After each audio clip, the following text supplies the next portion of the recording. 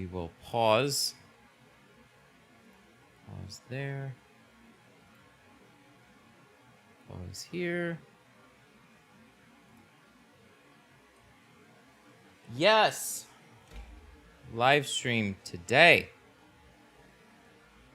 Nothing super exciting, unfortunately, but, well, it is for me. We'll see if it is for you guys, too. My whole week has just kind of been somewhat of a shit show. So, some of it went well, and some of it just, I don't know. I added the little chat thing down here, just for this window. So we'll see how this goes. I don't even know if you guys can read it. Is it blurry? I don't know. Is it legible? I don't know if it just looks like mush. I guess we can find out soon. Tell me about Geoshield stuff. I have some on the way. It's good shit. If you already ordered it, I'd hope you know about it some. What kind did you get, though? Yes, we're going to be doing the doors and one of the panels, at least, of the sunroof. How can I get Geo? Hit him up. GeoshieldUSA.com. I can read it? Okay, cool. The resolution on this monitor is horrible. I just kind of wanted to put something down in the lower corner. I don't know. We'll see how this goes. Pro Classic and Carbon. Oh, okay. So he probably told you about the films, but I guess something that just came to mind. Pro Classic versus the Carbon, you're going to notice a little difference between the adhesive on those. So I use like a 50-50 mix of baby shampoo and dish soap right now for the Pro Classic. And then on the Carbon, you don't generally have to go as heavy on the soap. It slides around a little bit better. But there's a little bit different adhesives going on there. So that's probably the most major. Other than the construction, like they both install well, they both shrink well. I think the Classic Pro probably shrinks a little bit faster than the Carbon does. But as far as installations, they're going to be pretty similar, just mostly the glue difference. Is the windshield even tinted? Of course it is. We suffered. We have left the 50% windshield on there. So we're going to be doing 35 on the front doors. Coffee in the cup. You know it. Have you thought about tinting your glasses? No, but I feel like I should have I was on the fence. So I actually got these ones in the Philippines along with my black glasses like a couple years ago in the Philippines too. Glasses there are much cheaper and still really fucking good. I wanted to get transitions, but I've heard they're annoying to live with. I feel like I should have a pair, but I ended up updating the lenses on my old glasses and then getting these ones and then getting new lenses on these ones too. But I haven't gotten... I just realized the chat. Charles! What's up, buddy? How you doing? Thank you so much for the $10 super chat. What a way to start off today. Thanks, dude. I need a little encouragement. I was even debating on going live today. It's been a little bit of a week. I have stories. We'll get into that in a little bit. Does the wife like the windshield? Yes, she does. This is a really, really good shade. It's comfortable to see out of. You have a little bit of... I don't notice it as much on the 50. You have like a little bit of shade, but 50s, when you're sitting in it, I don't feel like you have a lot of shade, but that's ceramic. So we have it on the windshield, and we don't have anything on the doors. So there's like a stark difference between what you feel coming in. So that's the most encouraging thing, is like you really feel the difference when you're in there. Hey Matt, how was out of town? I haven't gone yet. It seems like it, right? Because I didn't stream on Thursday when I wanted to. So there's just been shit going on. Do I need to be a dealer to buy Geoshield? No, they sell to people. Like, they want you to basically be pursuing window tinting professionally, but like, so you're not going to call them up, you're not going to order 10 feet for your own personal car and dick around with it. They'll probably send you a sample or whatever, but what they want to make sure is like, hey, if you're serious about installing window film, we'll help you out any way we can. We just want to make sure that it's like you're at least pursuing that a little bit. That's the difference between buying from like a retail website and buying from them. They're not going to do this big investigation on you. They want to support people that care about window film is what they want to do. No problem, Matt. You are awesome. Thanks, dude. So are you. It's just this whole week. I mean, yesterday I was at the glass shop, which was expected, but it turned into just kind of a shit show. I had this job that was like fucking root beer color window tint. I did let's see.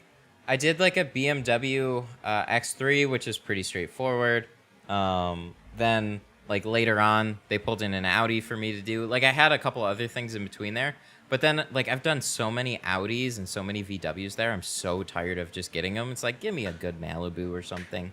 Can I get something like that? No, we got to do Audis and VWs and shit like that. So I got a VW that had been, well, an Audi A6, and then I got a VW that had been tinted like 20 years ago. T-Jet! Oh, we got to rearrange this. Hang on. Let me see if there's something. Oh, it's locked. Hang on. Let me see if there's something I can do about this. T-Jet, though, with the $5 super chat, got Classic on the way for windshields. I've got 4 trucks. None of them care about heat. Did a Wrangler windshield in Pro Nano this morning. Ooh, nice. Let me know how you like it. You'll be able to feel the difference. When you go from not having ceramic to having ceramic, you feel that difference. And then when you go back from having ceramic to sitting in something without ceramic, you feel the difference. It's a little bit tricky to like, you know, you almost got to give somebody ceramic sometimes to like, for them to really like understand it. But once they do, they generally don't go back. It's super cool. Thank you so much for that super chat. How do we, oh, maybe I can move, I guess I'll move the chat. Where did the chat go? Isn't it supposed to be there? I don't know. I don't know what's going on. Oh, but yeah, so back to my story. So I had like an Audi, and that was fine. I was working on that a little bit, and then they just pull in this extra stuff, like strip and retint this one door. It's for, what is it? A body shop, and then strip and retint this other door, which is an Impala that I did. And for some fucked up reason, there was a little grit in like the bottom seal, which is not a warranty issue, but he got it done literally like a week ago, so we had to do that. I fucked that window up like 3 times in a row, and I was just like, I'm so over this. And then we pulled in this VW for strip and retint entirely, and it was like this old root beer brown shit that the car had been from Texas, has been sitting in the sun for, he said it was sitting for at least 3 years. It was older than that. And I look at this back window, and I'm just like, bro, are you kidding me? And he's like, what? It's just a removal. I was like, I know we don't get that many removals, but this is the type of shit that's going to just flake apart. And he's like, I don't know about that. It's like, okay, let's look. And then it's just like little teeny tiny pieces. It's 3 o'clock. They close at 5 o'clock. It's like, dude, this is a project for another day. This is not happening today. So what we ended up doing was removing all the doors. They're going to end up replacing the entire back window instead of having it stripped. And then that's going to be getting done another day. And it still took me till like from like 3:30 till 6 because other shit was in the way too. And I was just like, that was just Friday. And then on Thursday, we were supposed to have an FJ Cruiser in here. And the dude seemed super cool. And as far as I know, he's still cool. But it was like, he thought it was getting done on Tuesday, and then I reminded him, no, it's getting done on Thursday. And then, like, early morning on Thursday, he messaged me saying he couldn't make it, and then he just didn't reschedule. So as far as I know, he's just not interested anymore. And then that puts me in a position like, here goes my full car. So I'm trying to, like, line something else up. And then somebody messages me with, like, 2 doors on an Alpha later in the afternoon. I had, like, 2 doors in the morning, 2 doors in the afternoon then. And then it was, like, said it'll be here at like 3 to 4. Ended up coming at 5. And then didn't pick up the car until 7:30. And I'm just like, you know what I mean? And then you're just like, I'm done. I'm fucking done. That's on top of everything else that was going on this week. But it's like for two doors to eat up that much of my time, just like kind of drives me insane a little bit. So, just set it on fire and tint the new car. 100%. Yeah. So, and then today, like on Friday, to like top it all off, is I had something lined up. I had a full Corvette strip and retint lined up for today. And then I messaged him Friday. I was like, hey, just want to verify with you that we're getting it done today. And he's like, oh, no, I thought my buddy told you the other day. I don't see it worth what you quoted me anymore. Okay, thanks for the heads up. And then we tried to scramble to pull something in today, and we had something scheduled for Monday. Tried to move it to today. It just fell apart entirely too. So it's like, yay, the joys of running a tint business sometimes. Just fucking, it's just like, is there anybody that can just like bring their car in here? What happened? No more deposits? No, we're still doing deposits. There's just sometimes I'm a little lenient based on how I meet the person. So if it was like a phone call, generally speaking, I'll collect a deposit. Some of the stuff on Facebook that seems pretty reliable, I haven't been so aggressive on. And then standard Corvette owner. So we actually like that whole thing got lined up like from another car I did earlier last week. We did like a full thing with the windshield, and then so it was like a friend of a friend, and then they were coming to get their other buddy's car, the front doors, and then it was like they were talking about a Corvette that they wanted redone. It was a newer one, and then it was just like, oh. But thank you for that. That's a little encouraging. So it's like, and now it's so we've gone through this entire week without like hardly doing any shit in here. I've had other stuff to do anyways, which is cool that it kind of fills my time. But then it comes to today, and I wanted to at least bring something different to the stream. And here we go. We got the blazer again.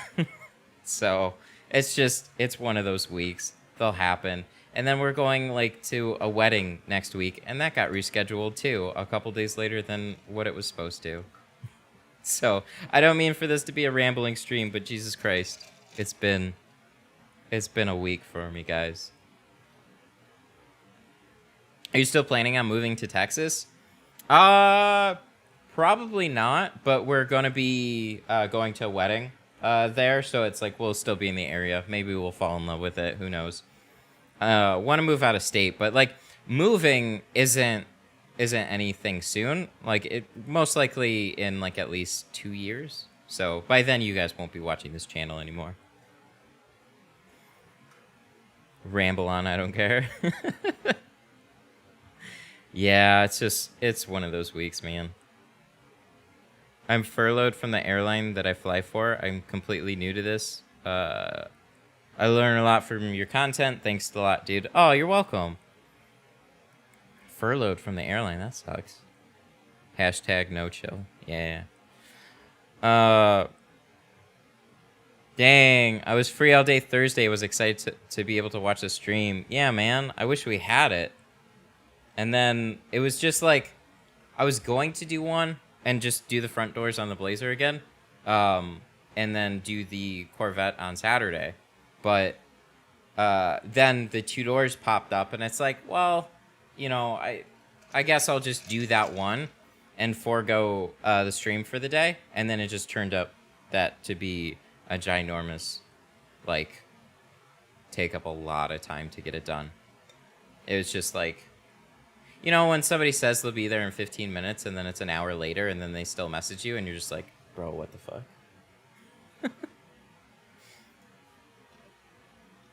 Do you reverse roll or Frankenstein sunroofs?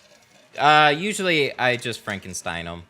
Especially on one like this. If it was a lot bigger, I'd probably roll them up. But being that it's so, like, they're 2 panes of glass, So they're pretty straightforward. I'll just peel it and then should be fine.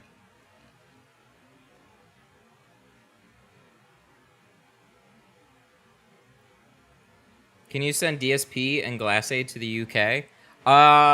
Ask Patrick about DSP. He's been talking about getting it into a couple distributors. Glassade we can send to the UK, although it's taken some time. So we've sent out a few orders there, and one of them has been hung up for a little bit, but that's kind of with a lot of packages right now. USPS in general has like slowed down a lot, and not on my end. I ship things out the same, and it's just like sometimes they'll get hung up in like carrier facilities and stuff like that. So this one currently is in customs, and hopefully it clears soon. But customs is always like a who knows, man.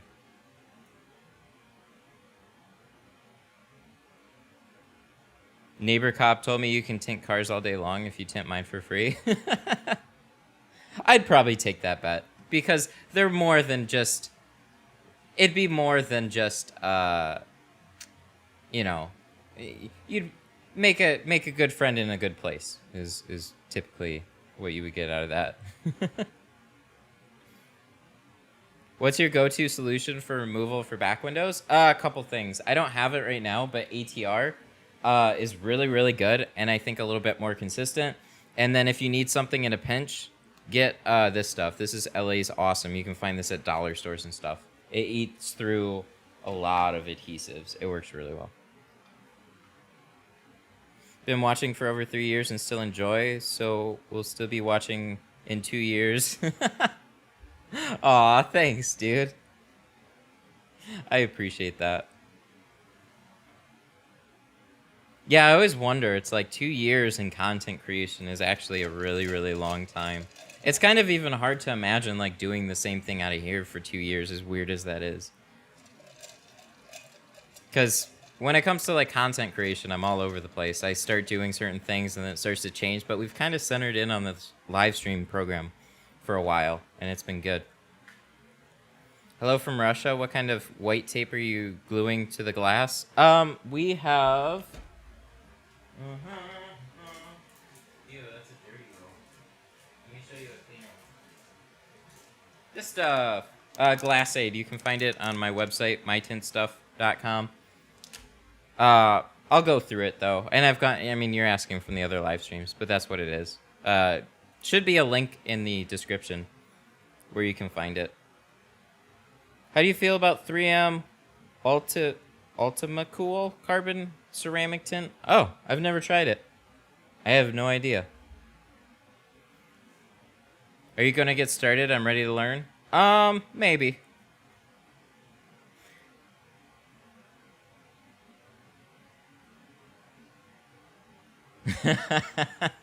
Matthew, this is Aaron.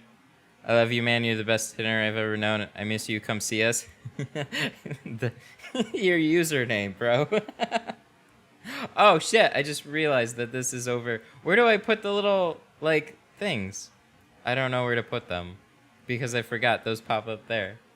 The black guy at ATC. Love you too, Aaron. Yeah, it's been a while. I hope all is well over there. How much do you charge to tint a sedan? It depends on the film, but we start generally on the sides and the back at $240.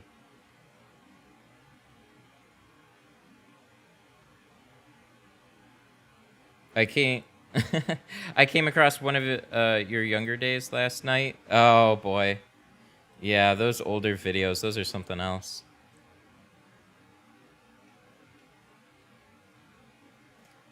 You made the vet side windows look so easy from that video 9 years ago. I hate you for that. I don't know. They do take a lot of shrinking, but I used to shrink a little differently. I used to like shrink a little bit, split the fingers, shrink a little bit, split the fingers. Kind of go down there. But cutting them out is still like, I don't know. They're not crazy, but they're definitely pretty curved. I think I sped up a lot of those older videos too. Yeah, the old videos. I just want to delete a lot of them, but it's kind of good to leave them up, I guess. I mean, we're always growing. We're always learning. I think I gotta start the shrinking at the top and dry shrink with the H pattern. Oh, you're talking about the back window too? Ooh. Back window's not fun no matter what.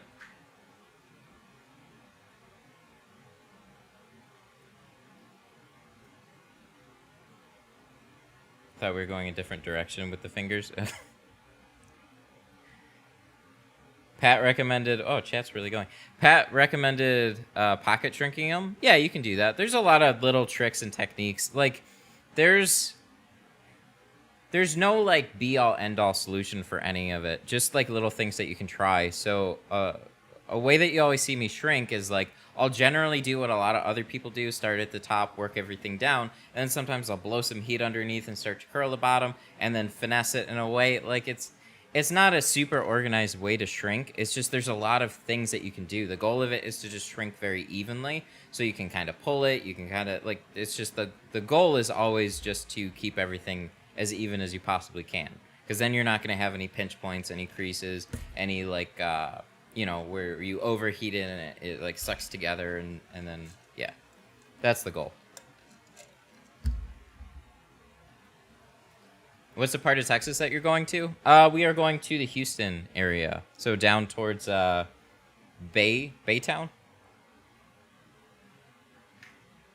How do you get rid of the residue left between the film and the glass after installation? How do you get rid of the residue? I mean, if you just use soapy water and you cleaned everything okay, it'll just evaporate out. Like, there's nothing else you have to do. If it looks clear, like, it'll start to condense into, like, little water pockets, but if you got all the air out, it'll just evaporate over a couple of days, depending on the temperature. If it's warm, it'll be gone within a day. If it's colder, sometimes up to, like, 4 or 5 days, maybe a week at the most. But shouldn't be any more than that. Have you ever tried car wrapping? Not really. Like, I've done some vinyl work, but never, like, a full hood or something like that. I just like specializing in window tint. I don't really like to mix and match a bunch of extra things, because everything kind of seems to, like, supplement my time. So I like to actually focus and specialize in window tinting above everything else. Like, I guess the jack of all trades is kind of the other thing, but a lot of the films go together. I'm sure you used Avery films before, wondering if Avery films be faded or they color stable for more than 5 to 10 years. So Avery Dennison bought Haneditech, so they bought, like, a 30-year window film manufacturer. So I would assume that they would be pretty good. The thing about NR is that NR isn't long-term tested yet because it's a newer film. But the company itself, like, Avery Dennison has been doing vinyl for a long time, and then they bought a long-time film manufacturer. So it's worth, you know, they're a brand could relatively trust, but you can't 100% say until you keep the film on the glass for 5 to 10 years. If you think Michigan weather is hot, you won't like it in Texas. Oh, I know. The weird thing is, like, it's actually cool outside. It's cool in the house, and the garage is like a sweatbox again. I mean, part of that has to do with a lot of the lighting, but it was hot in here before I even got started. So, yay. Okay, we're going to get started. We're going to switch over to this dealie.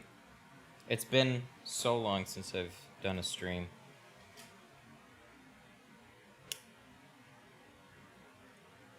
Is a 3-pack of Glass Aid good for at least 10 windshields? Yeah, for sure. You'll be able to get about 10 windshields out of just one roll. Each roll is like 100 feet. All right. So let's go. We'll look at this little texty thing afterwards. I don't know how long it hangs around. I keep seeing it coming back and going away. All right. All right. Good deal. But we don't need it while we're working, just for, like, the other screen. Screen. All right, let me turn this off. Or down. Let's make it a little cooler. Cool, thank you.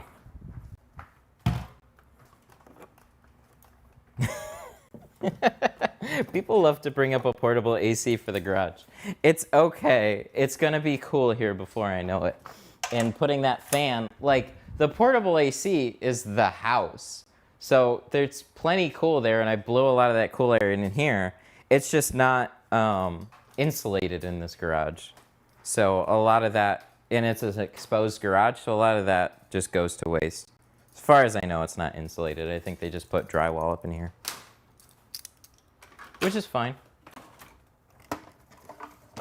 So we already did the windshield. If you guys want to check out the perfect windshield video stream, this took 3 tries and turned out great. I've been really, really happy with it. Everybody compliments it. I'm just kidding. They don't notice it. They like the truck, though, so that's nice. All right. Let's see.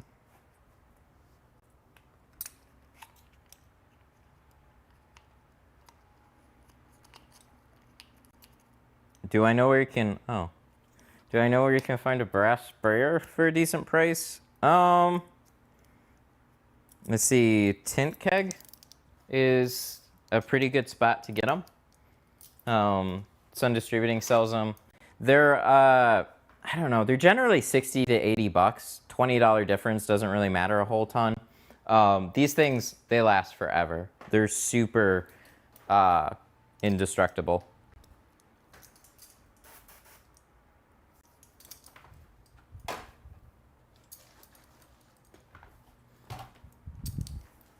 The problem with your current setup is you're not pulling the heat out of space. I know, but I don't really have a good way to do that either. Okay, so you probably have to get the keys here. So first thing we're gonna do is we're gonna do the doors, and then we're gonna do the sunroof. Wait, GM. So on GMs, just so you all know, press and hold the button, and then it'll sound quiet. Sometimes if you press it beforehand, it won't do anything. There we go. You get a couple of beeps, wait, and then it turns everything on. And then it'll stay on for longer than like 5 minutes, because sometimes that'll happen.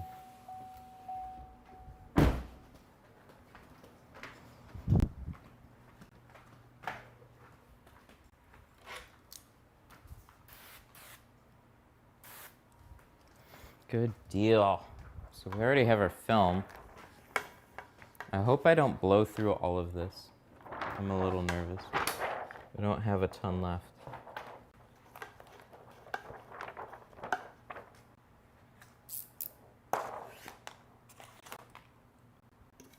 Here's what we're gonna do.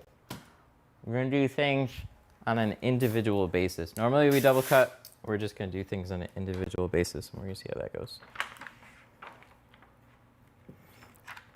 First try, both windows. No problems.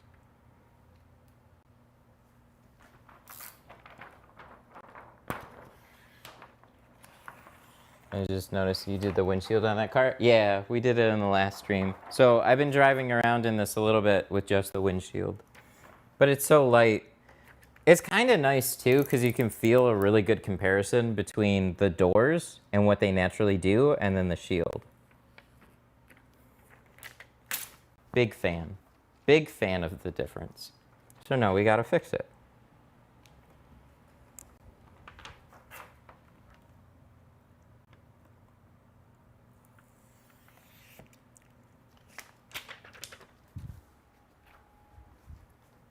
Don't mean to harp on this, but I do HVAC for a living. Oh, okay. Well, that's cool. It's no big deal. So put it the garage is like, this whole space is rented, so we're not going to be like installing any HVAC in here. So it's just how it's going to be for a little bit. I don't know if there's a great way to vent the heat as it is right now. I have to have the garage door shut all the way. That's a side door that I generally like to leave closed, so I just kind of like blow the cooling air in here, and I know it's not the most effective, but if there's a way to like improve it as it stands, that would be cool. It's just like portable air conditioners and shit like that. I'm already drawing a lot of power from everything else that's going around, so. The air conditioner has been, like, I've had people suggest air conditioners a lot, but it's cool to have somebody that actually deals with it. There's not much that's probably going to get done. It's okay. Like, the winter time is going to compensate for all the heat that's in here in the summertime, and then it'll be the opposite problem.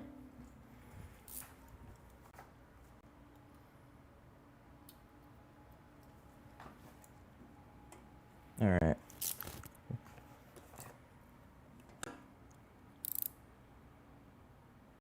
Da, da, da. Ask me in 2 weeks when I come to see you. Wait, what?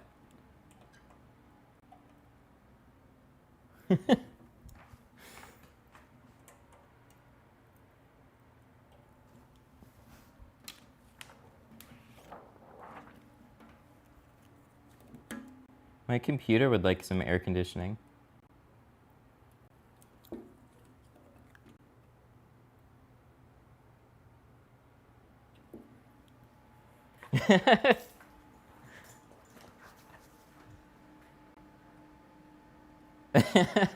Wait, what was that? Ephraim! Ephraim with the $5 super chat. Thanks, buddy. Sensei. It doesn't say much, just little words. That's always funny. You should get a glass board on the other side too. Yeah, that would be nice. Ray! Gotta be Mr. Chef for my kiddos. Thanks for hanging out, man. You're always a really good contributor to the stream. Appreciate ya. Appreciate ya.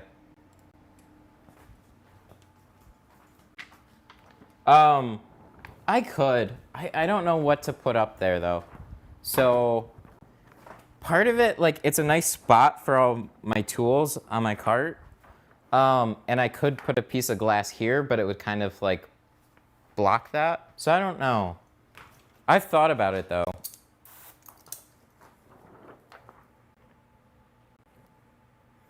But if I double cut, I don't have to do a whole lot anyways, because I can take it from the passenger side over to the glass board, and generally the cars are facing the other way. These are always unique circumstances with, like, SUVs pulled in straight ahead.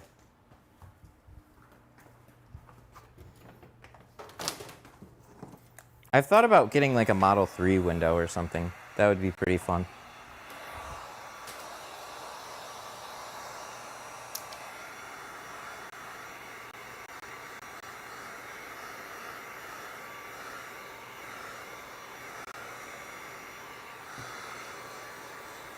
I keep forgetting that I have that clear plastic, though. That is something that... I don't want to scratch that. That is something I keep forgetting about. So, let's open this up. We want to protect the interior. So.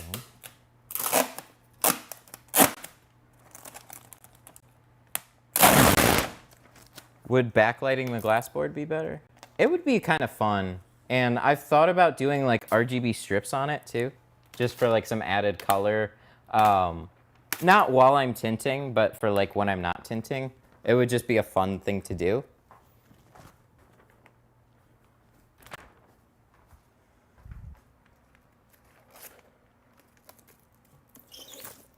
How do I cut through... Serious question. How do I cut through... What is it? Glass aid?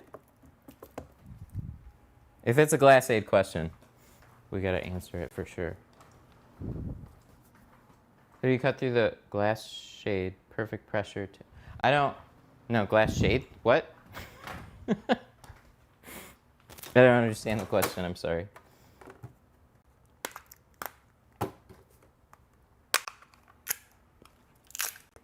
So this kind of helped my situation. Kind of and not perfectly. So I've noticed the clay bars stick in the case a little bit, and that's kind of frustrating. Putting a piece of tint on the inside somewhat fixed it because it's a more slick thingy. would like to remedy that. There's a good chance we might get this in one try, and there's also a better chance that I don't know. We might have some problems. We'll see.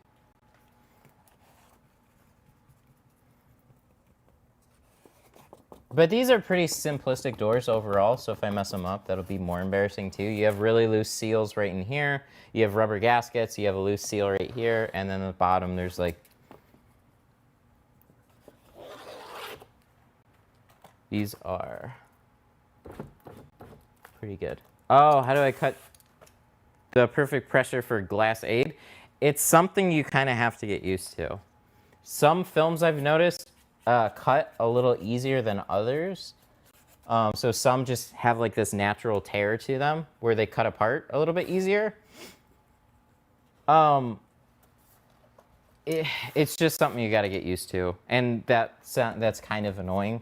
So it's not going to be for everybody, unfortunately. It's just something you got to play around with. I've had that same problem, though, where it's like the idea is there, and I really like the solution, but I'm still looking for like a better one that's out there, but it's also got to be pretty economical, too, for everybody.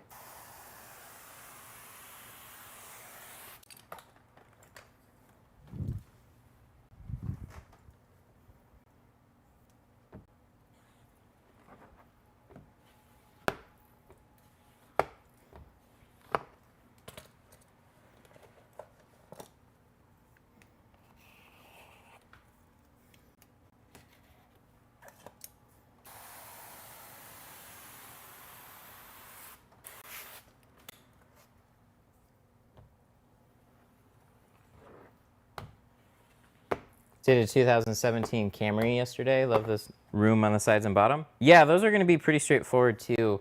A lot of like Japanese cars are pretty straightforward like that.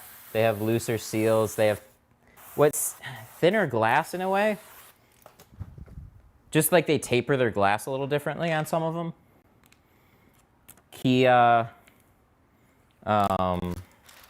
Subaru, Toyota, and stuff like that. What blade am I using now? Oh, we're just kind of switching off between blades. These are the budget blades I got on my site.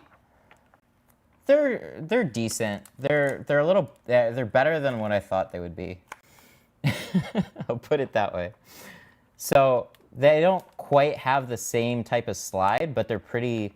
I don't know how to explain this. They're almost like lightweight squeegees. So well, not a big fan, but God. I feel like this should be inched. No, we're pretty good. I want this just to be, I hate when, oh, there we go. I hate when I slide it into seal and then it just grabs on something and then just clings on in that one little spot for dear life. And then you can't like position it exactly where you want. But then getting it free sometimes is more hassle than what the end result is.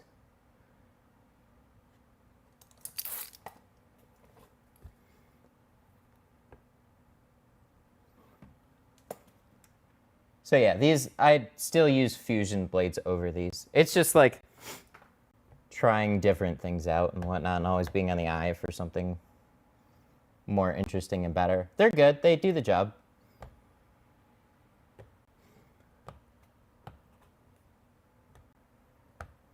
It's like, it's a tough thing to explain too if you're new. Squeegee blades, they're just like some slide better and some have better pressure than other ones. I mean, it's hard to like just justify on paper the difference between like a $10 squeegee blade and like a $4 squeegee blade. They all have their own uses, I guess. But, you know, it's something you're going to be using on so many cars that to cheap out on a squeegee doesn't necessarily always make sense. But if you're getting into it, then saving a little bit of money on squeegees probably makes sense for you too.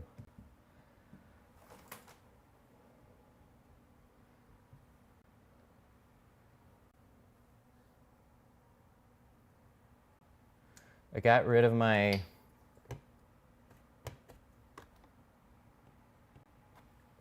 Do we have a little dirt? No, it's not. It's good. Cool. Just making sure it's close. Got rid of my Amazon handle for a nice CNC one. What? Who does CNC squeegee handles? That sounds expensive and fun.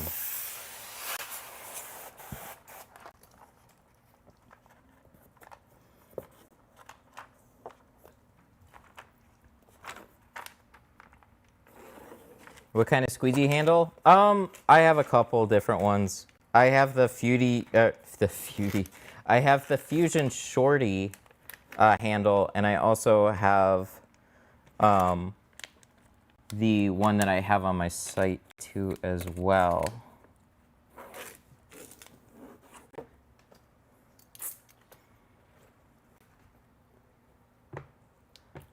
Oh, Dirty has them. Probably, it says CNC, but they're probably cast. They're definitely cast. I know what you're talking about. I've seen them. CNC would be like dumb expensive, but it'd be cool. Cast aluminum is definitely a more budget way to go. But hey, I mean, if it's like, that's just manufacturing process. If you like it better, then that's what counts. That caught my attention. It's like, ooh, I want somebody to put some fucking work into a squeegee like that. That'd be cool.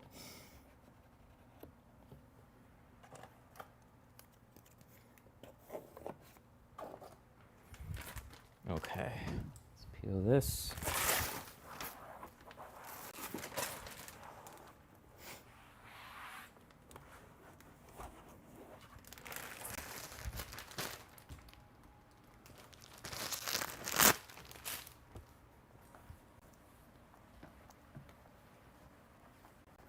What am I using? What soap? I'm using a mix right now. So we're using baby shampoo and dish soap. Specifically, we're using Ajax. And the baby shampoo doesn't, it was something from Meyer. I'm not going for Johnson & Johnson right now. I'm just playing around with some other ones. It seems like you can mix and match a bunch of them, and they all have a similar effect. As long as you have like a decent baby shampoo and a decent dish soap, you'll be good.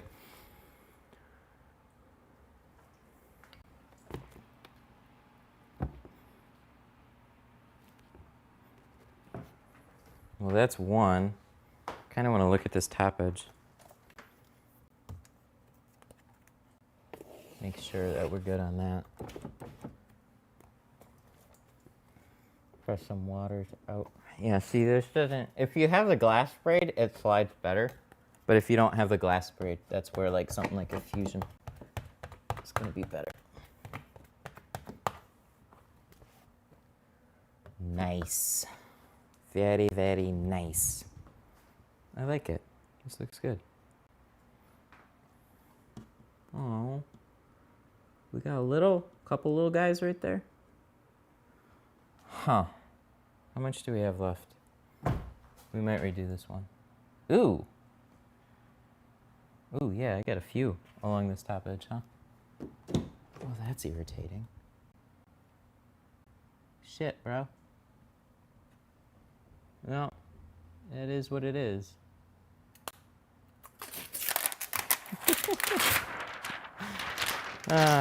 Why? Why me? I shouldn't have streamed today. This is just part of those. This is one of those weeks, man. Alright, we're gonna leave that there. How much do I have left? Realistically, 35. Okay.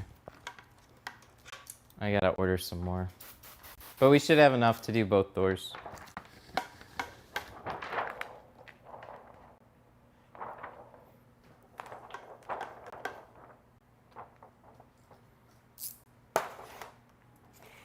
I think it's better when it's, if you mess up a windshield, it's pretty understandable. If you mess up an easy door, it's like, wait, what? It sucks.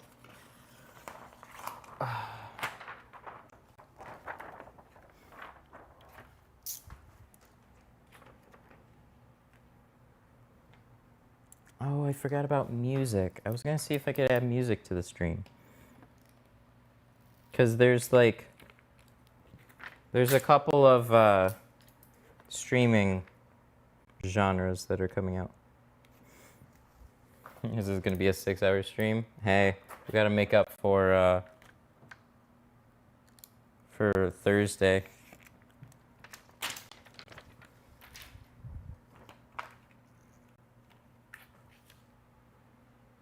Nah, it shouldn't be that bad.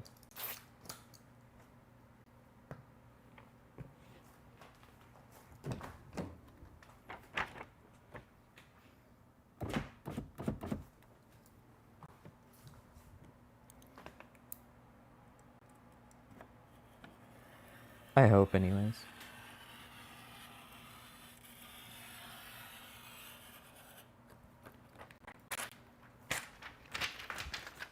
Oh, I can put this here. How much do I charge for a windshield? $130 starting.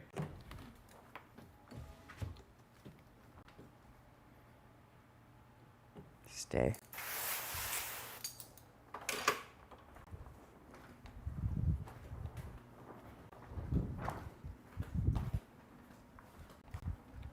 Not using 30-degree carbon? I have them.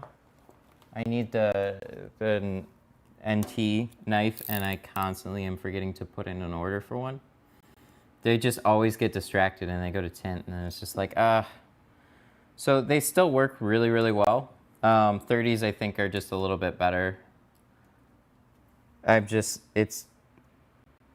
too many things for me to remember sometimes.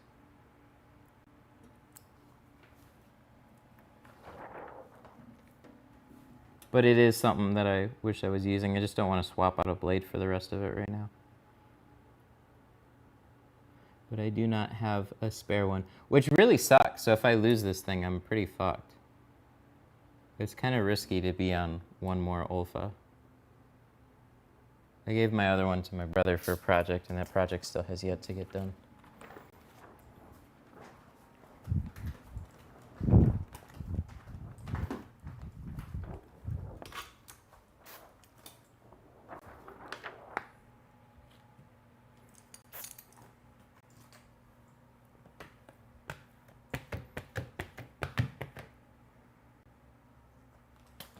How's the tint life?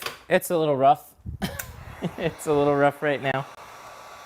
It's not all sunshine and rainbows every day. Yesterday we ran into some difficulties. You ever have those days where it's just like one little thing then leads to like 50 more little things? That was yesterday. There we go. So we're gonna re-put this on. I thought we were done, but we're not done.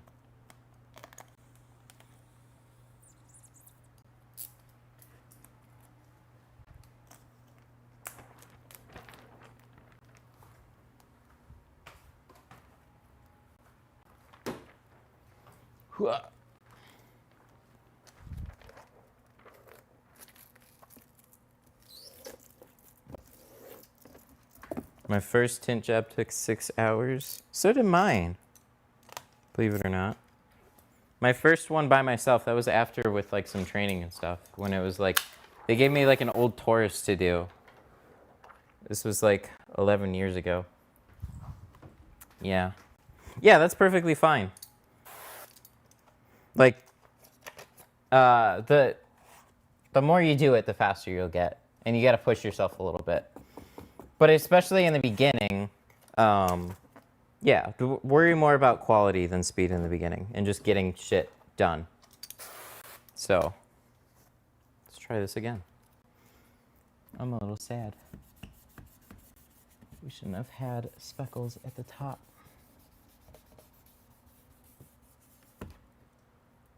Especially after we cleaned it. What's up with that?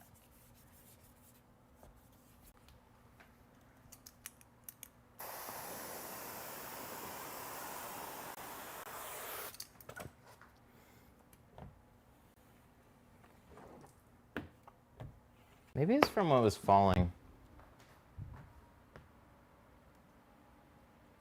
I don't know. It was goofy.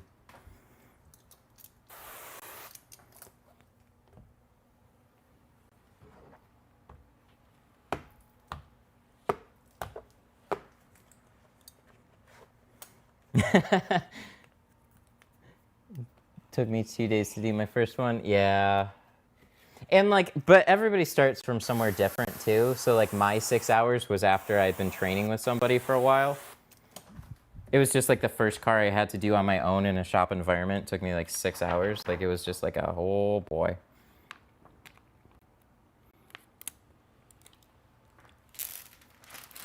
And then still, like being put under that environment, it still took me at least like a year to where I felt like I was pretty competent in a lot of situations. But there were still plenty of times, like you do a back window, and I haven't seen this in a while, but like you do a back window and then you see like a random big speck or hair at the bottom of it, and you're like, what the fuck? So there was still plenty of situations like that that would happen that I just didn't understand. And then I started to get like creases randomly in my back windows from carrying them in, and then I would get them in like the lower corners on my doors, and then just like lots of dumb shit like that. Sometimes you just won't have a problem, and then you'll work yourself into a problem too. It's really weird how that happens. Okay, we're gonna stick with the flat out. 23 specs per side, not bad. You counted them. I like that. The biggest thing is like patches. So like you can have the miscellaneous speck here or there as long as they're small. But like as soon as you start leaving patches behind, that's when you're typically collecting that from like a specific area, and that needs to be addressed. But like look at every car that you do as like progression. So it's like, you know, you're never going to get the perfect car, but you want every car to try and be a little better than what you did before. Sometimes that won't happen. Do the best you can on the car that you have with the time that you have. And then just keep going. Just push yourself to keep going. Don't get wrapped up too much in any single car, but certain ones will. Certain ones will make you stupid frustrated.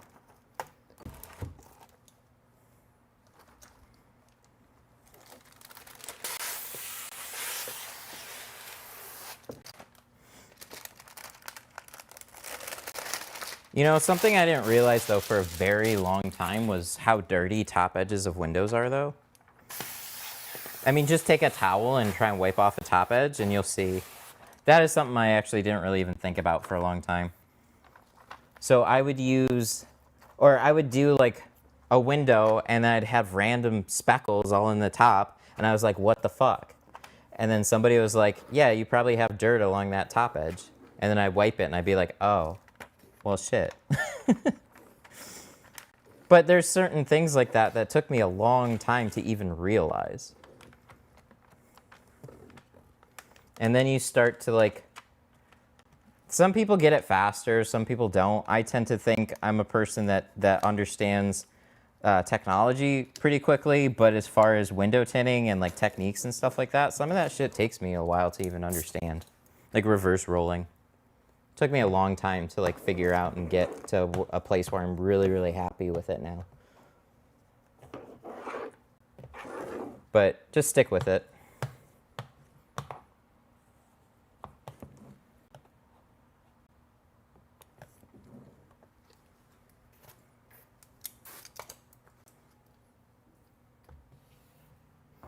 Oh, so somebody asked what handle? So this is the shorty handle.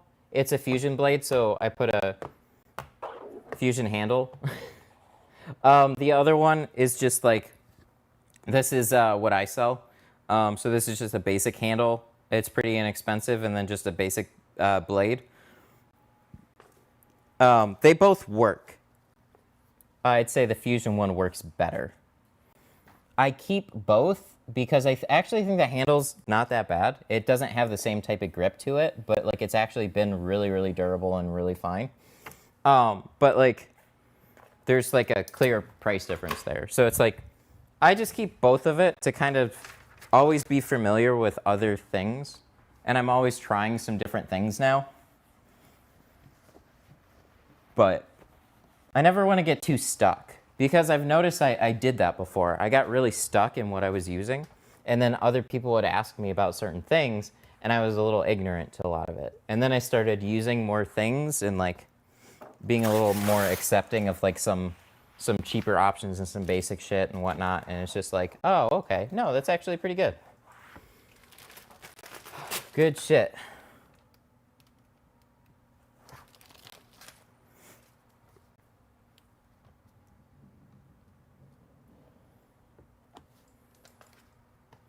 Cool. So this one turned out pretty damn good. Nice. That went easier. 2 tries, I think, until we find something that we don't like. But that's neat. So these quarters are actually going to be way more of a pain in the ass than the roll down too, unfortunately. I'm not a fan of these at all. They're not the worst, but they're certainly not that fun. Because the way that they do these rubbers is they put it right on the edge. So you have 2 options. You either trim a little bit off, and that can get real wonky when you go back here, or you can try and slide your knife in here and work some of that back. Sometimes I'll do a little bit of both. But for example, I don't know how well you guys can see this here, but the rubber is kind of just not even cleanly installed here either, so it's like already flaking off. So you kind of have to just like take some extra time if you want to make these extra perfect. Take them out? No, we leave them in. That would make them easier though if it's not too much of a bitch to take them out, but I don't want to take apart. I mean, this is mine. I don't want to take apart my brand new door panels. So we got a couple of pieces of film here though, so we can make a couple of mistakes. We're going to be cutting right on the border too. We're not even going to be using glass aid because I want that cut to be like as spot on as I can possibly get it.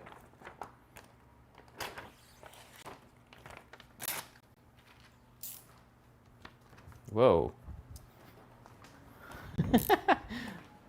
Hang on, I gotta... Oh, that's a weird one. Oh, I don't even have my Twitch. How do I block somebody? Block user. Okay. Well, it's blocked from chat. That was a weird one. It was a spam bot saying, do you want to be famous? Then buy followers. That is not how that works. It'll bump your numbers, but they won't mean jack shit.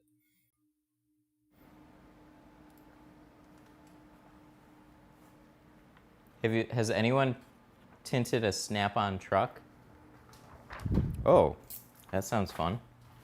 The Snap-on trucks, those are like wall-to-wall tools. They don't even have any windows. Oh, except for the front, though. Interesting.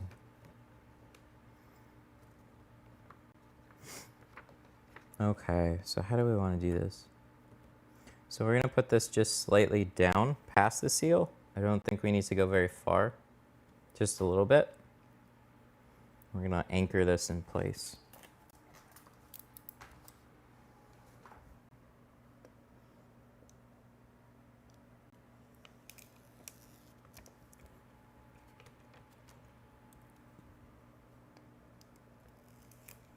Hey! Thanks for that. Who was that? Jamie! Jamie, what's up, bro? Welcome back. $5 super chat. Thank you so much. Hey, Matt, just got done with the Optima. Real easy? Yes, that's a good one. Nice job. I love doing like Kias, and Toyota, stuff like that. Those are really fun to do.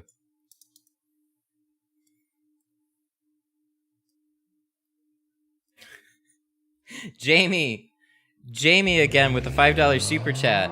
Tomorrow got a Peterbilt 389 and a Jetta. That's what I made a face about. Oh, that sounds way not fun compared to what you just did. Fuck. I've seen those Peterbilt back quarters, if it's what I'm thinking about. I don't even know about those. Good luck. Good luck. Oh.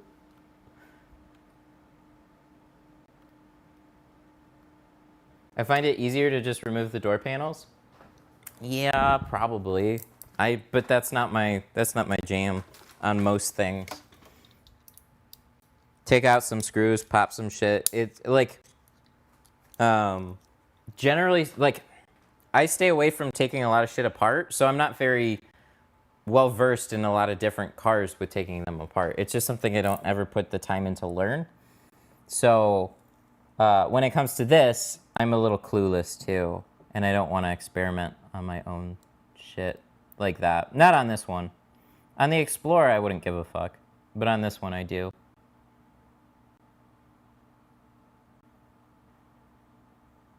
So typically, I would use Glass 8 on something like this, but I want to try and make this cut as clean as possible. So just go light. I mean, stainless steel is made, like, not made for cutting on glass, but if you're going to cut on glass, use stainless. And we just want to go real light and hope that we don't leave a line behind, but that's kind of the thing.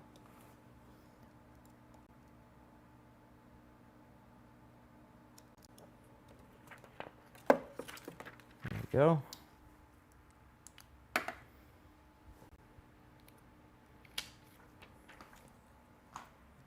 Yeah, and then we gotta fix these little guys.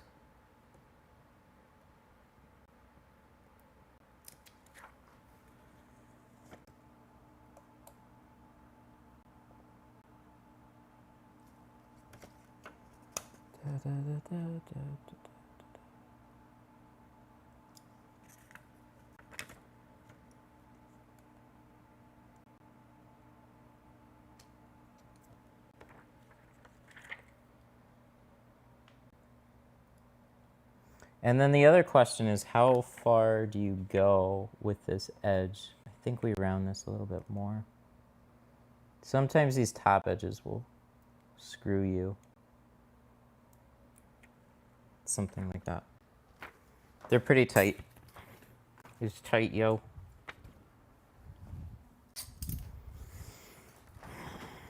Dang.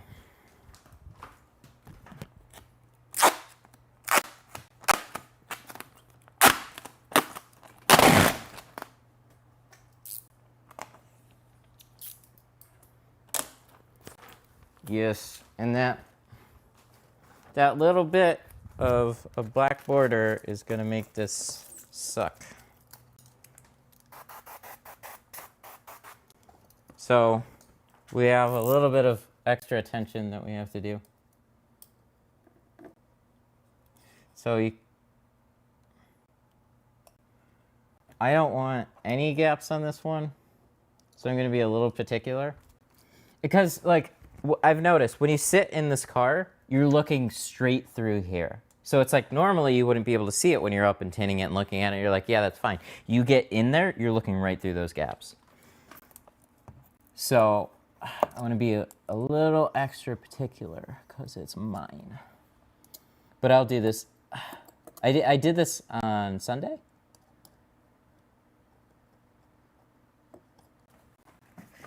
There's like an adhesive here too.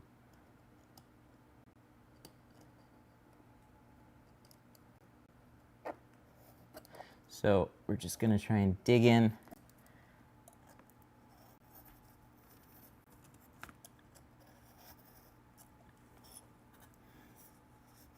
So this is kind of the trick I would do on these, on like the Explorers.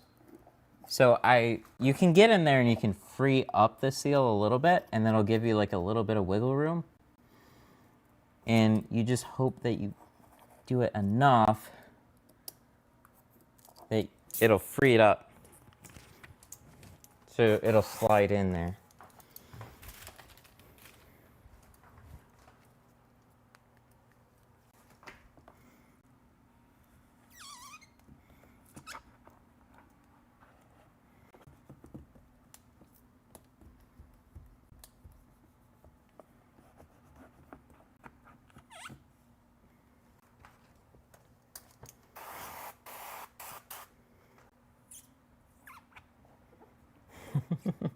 I two-stage quarter windows.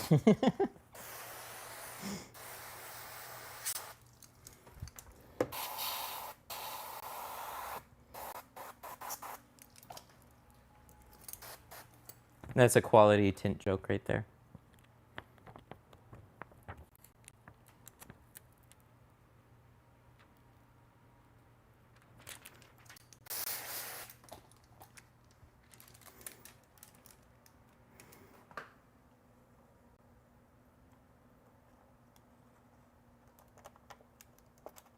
Oh, my headphones. They cut out a little bit. Thank you for that $2 super chat. It was about clay bars. I'll check it out in a minute, but I hope you like them. Clay bars are pog. I don't care what you use, just use them. Like, use glass clay bars or like fine grade ones. I don't care where you get them. I have them, but just get them. They're clay bars are pog. So pog.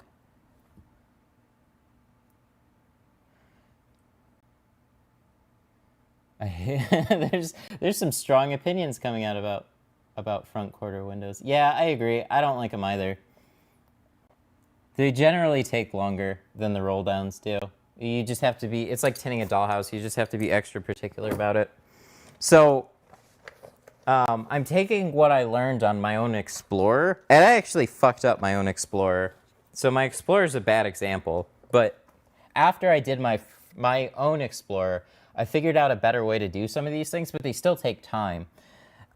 You could either try and trim out the rubber, but you can actually sneak your blade and kind of free it up. And if you do that enough, the film will slide in there, but you got to keep it really, really tight. So I'm just hoping this doesn't shift because I think we got it in the perfect spot. I don't see any gaps, and we snuck in just a little bit. I just see this little fucking speck here. So I'm pretty sure I have to redo it now. God damn it. How does that happen? You soak it down, you clean the fuck out of it, you go to install it, and then right up here in a spot where you're never going to be able to, you got a little speck.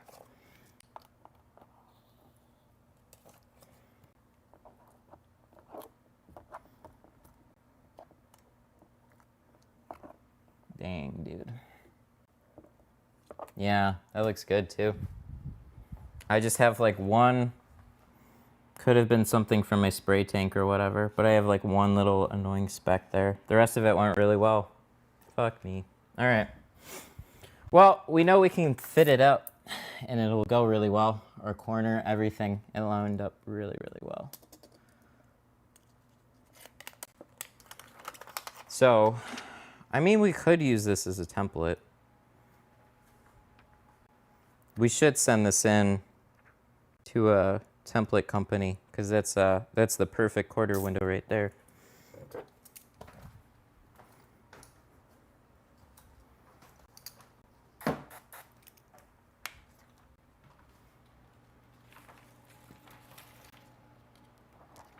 Just tinted one of these last week. Yeah.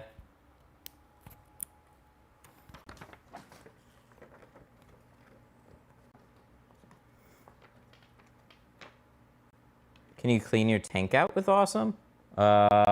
It's made for cleaning a bunch of shit, so I don't see why not, but I haven't tried it. Try it and let us know how that goes.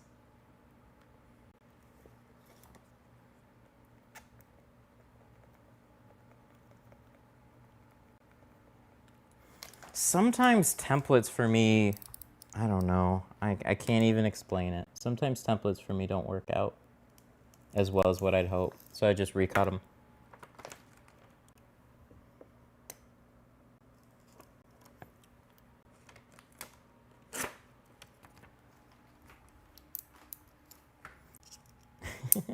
I know I can use the pattern, but I'm gonna cut a new one on my car.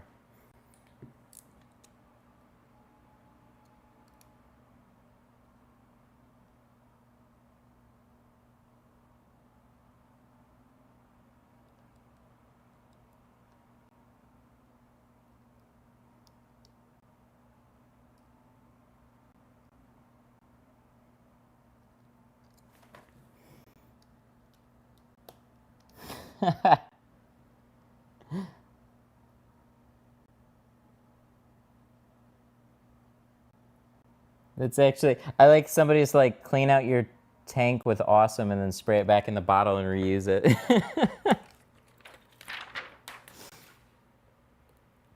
the Awesome would probably still be fine and do its purpose because it doesn't need to be clean.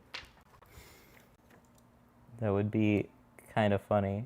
But it's also only $1, so it's not like you're saving a ton of money either.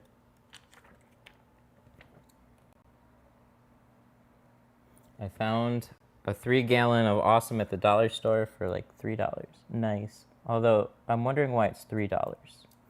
Oh, it's the 99-cent store, that's why.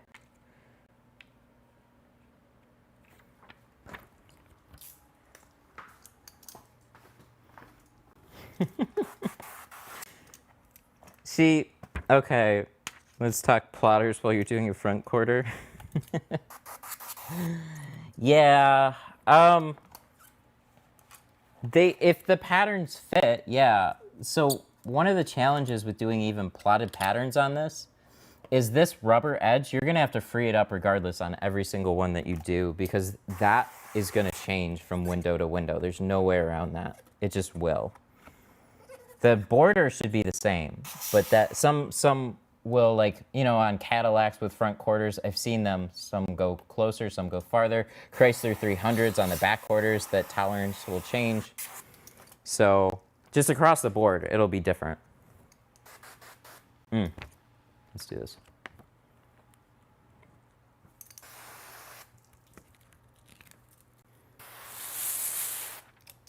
Oh, shit. Well, that didn't quite go that way. I tried doing the little trick, too, where you keep the liner on it. Ooh, we're just pressing it in from the side. I like that. That's nice.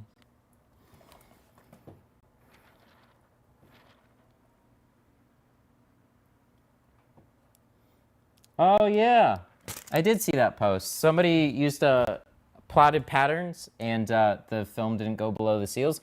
Yeah, that's very normal. On certain softwares, they have what's called a short and a long pattern. And sometimes there's a big difference between those two.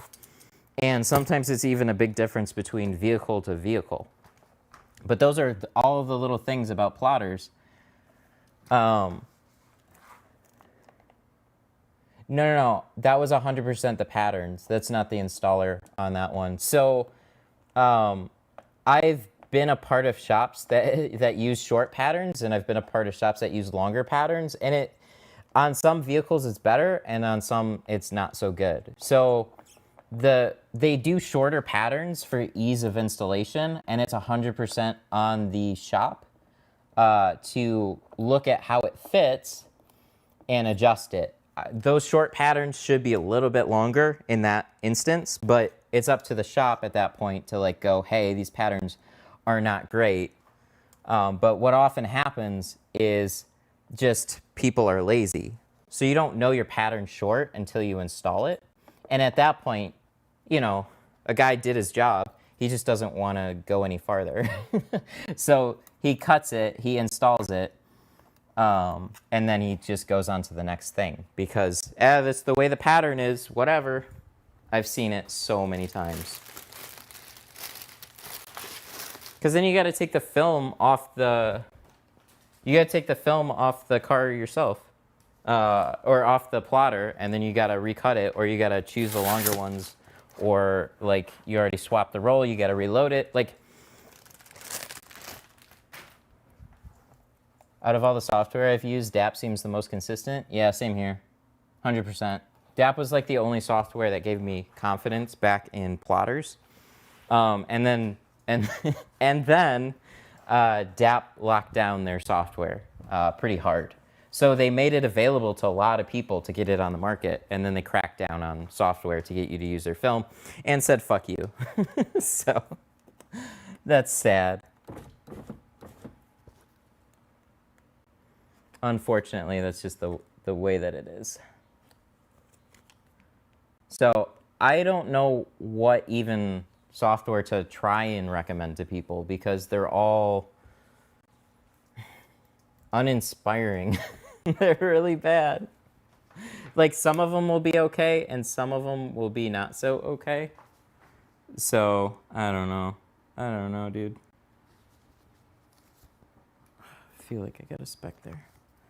What is this? This little guy? There we go. I don't know.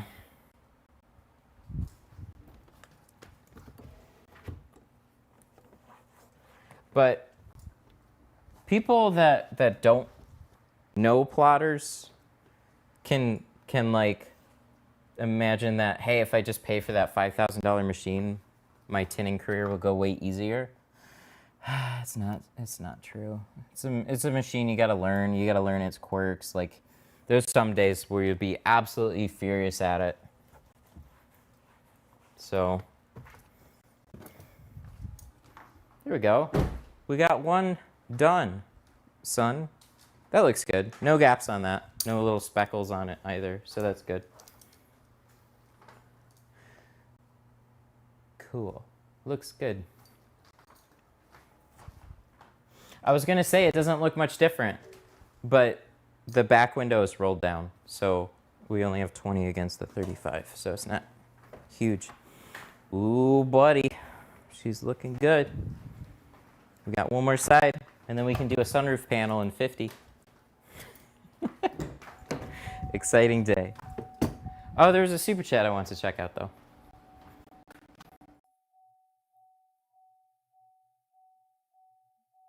How are the seals on the Blazer? Pretty easy. Just the front quarters. I'm going way up. Oh, there it is. $2 from Jamie. Use the clay bars today. Awesome, brother. Very glad you like them. I like those in all caps. Awesome, brother. I love seeing that kind of reaction on them. Dude, everybody has been like super stoked on the clay bars. Very confident and just like, dude, if you haven't used one, they're so awesome. I learned how to tint using a plotter, and I can tell you the right learning how to hand cut was the best decision ever. Yeah, because you get locked to that plotter. So any problems with the plotter, you can't really adjust or fix unless you're going back to the machine and like tweaking the patterns and stuff like that. And then if there's not a particular car in the software, then you're kind of screwed.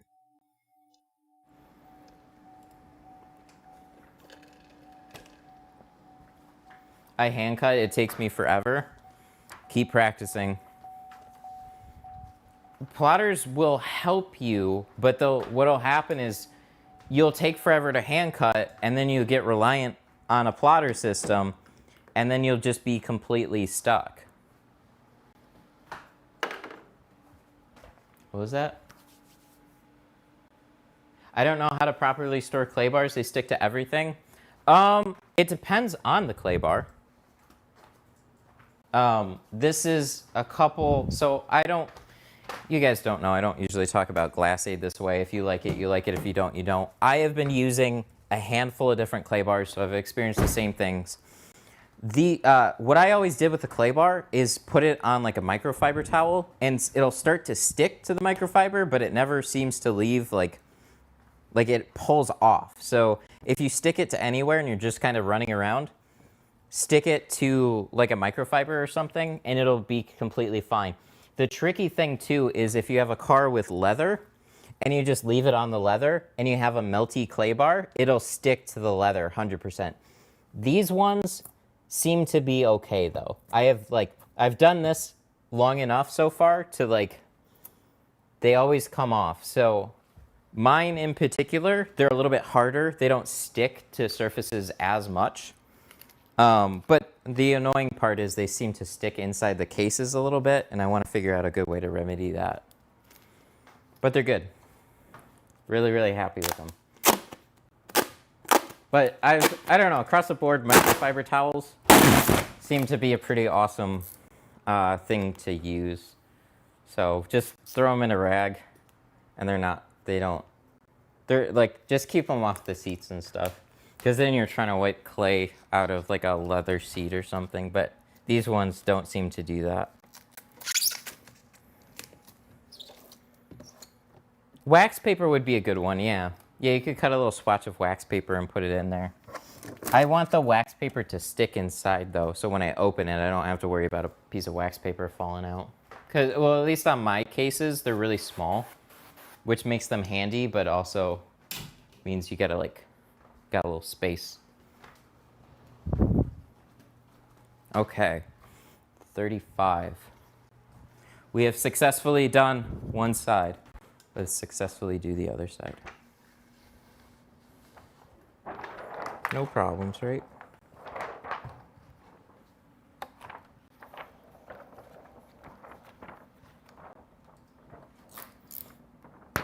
Can we get wax paper that has like an adhesive on the other side, so when we put the wax paper in, we can get it to like stick in the case?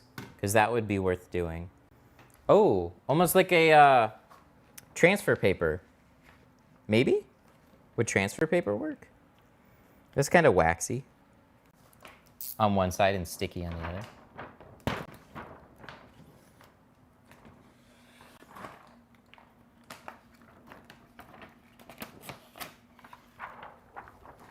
What? Do you use the filling method to cut edges? I don't know what that is.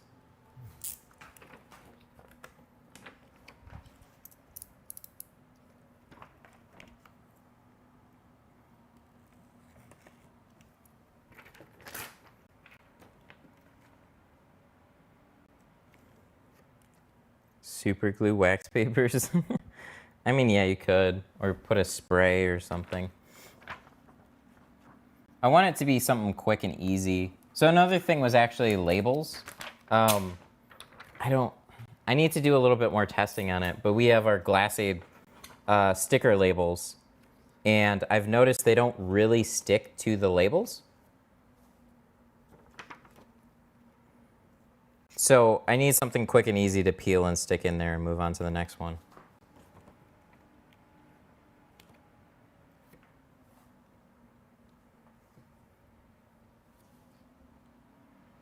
There we go.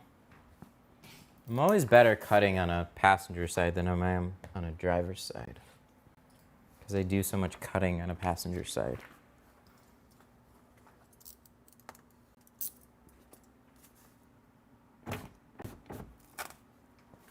Maybe scrap tint in the box. That's what I have in there now. It's working pretty well, but there was a couple times that it seemed to like stick a lot. But whatever it is, it's better. It is kind of funny to tell people to tint their own boxes. So like, I guess I'd have to plot or cut a ton of like inserts that I could just put in there.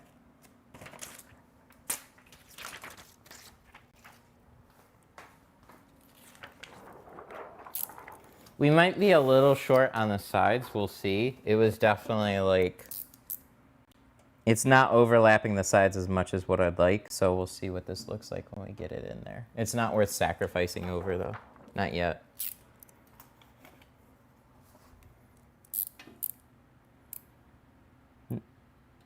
We'll still use the 30-degree blades. I still love them. I just need to get another holder. So like, just like I needed to order the 30-degree blades, I gotta get a red dot knife. And it's not that I'm lazy, it's that I keep forgetting every time I sit down. And then when I tint, I remember.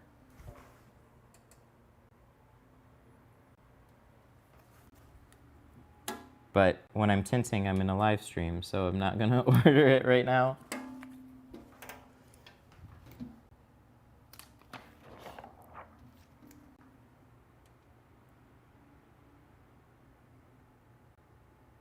Super chat for red dot. You guys didn't remember for clay bars, but like, it's fine. It's fine. It's not the money for them. I'll get them. I just, like, if you guys remind me at the end of the stream, that would be super helpful, because then I'll have time then, but I just can't stop everything to do it right now.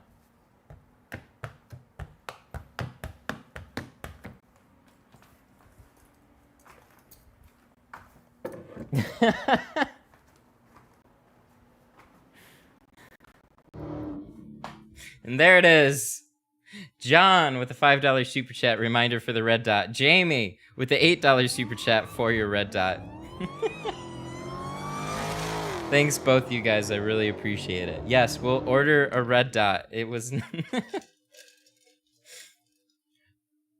Um, so again, the problem with leaving the super chat now is that I gotta remember this later still. So just remind me at the end of the stream too. That'll be really helpful. But thank you for the super chats for red dots. Super chats for red dots.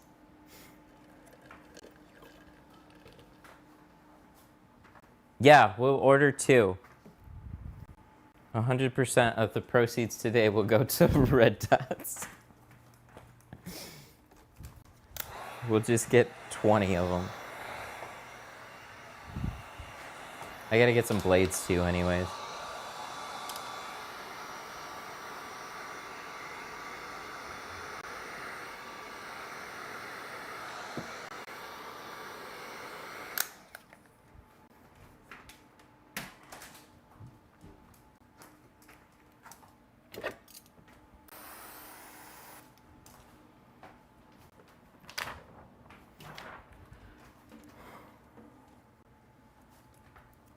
Okay.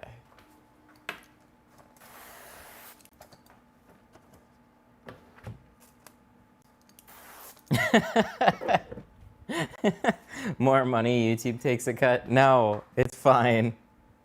Really, it's fine. Yeah, that's the annoying thing about them, but they make it fun. So it's like they make systems to help pay for themselves. Goodbye, sticker.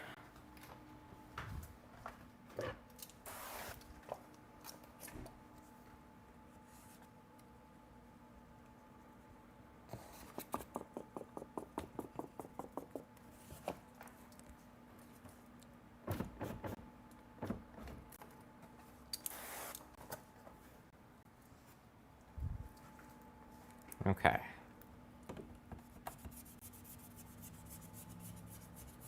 Yeah, YouTube takes 30%. They take 45% of channel overall revenue. So that's like the ad revenue and stuff like that. But memberships, donations, that kind of stuff is, yeah, 30%.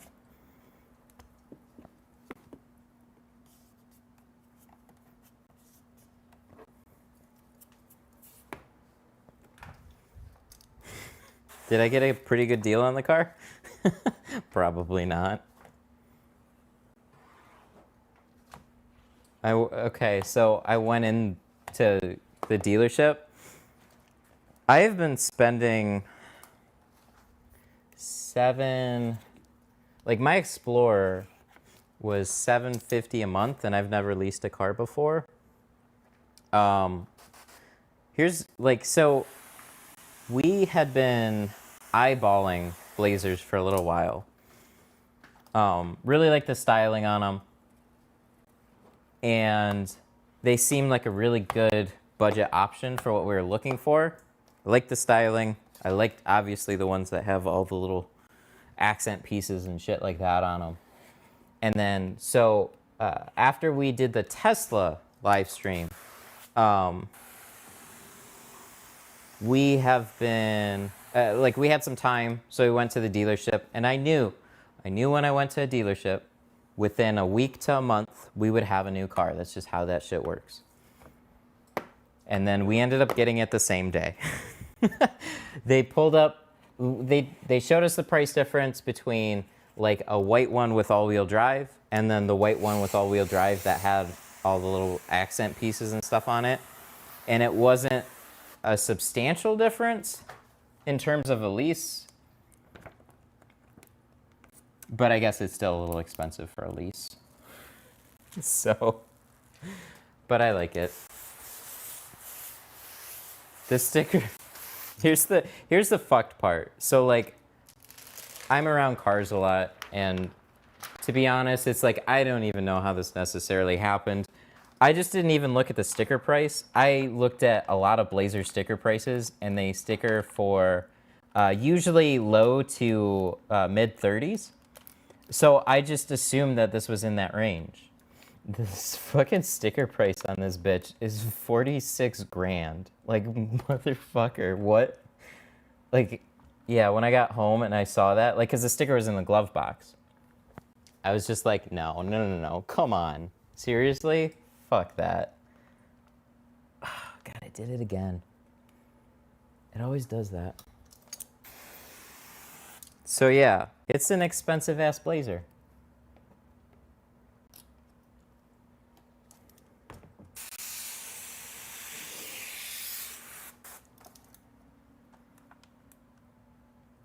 So my Explorer, oh my God, come on, there's no reason for that. Fuck me, man. This is probably fucked now, but God, I hate that sometimes. When you barely slide it into seal, and then the film just locks down and doesn't like move around, like fuck that. That makes me so annoyed. I've noticed that with this film more than like a lot of little things, so it's been really frustrating for when that happens. It's always like a little spot too. So we're gonna check this out, but I don't like having to do that, period.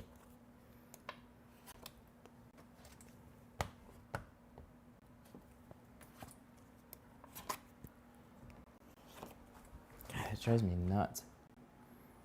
Cause then you gotta like pull it back, and then you just, yeah.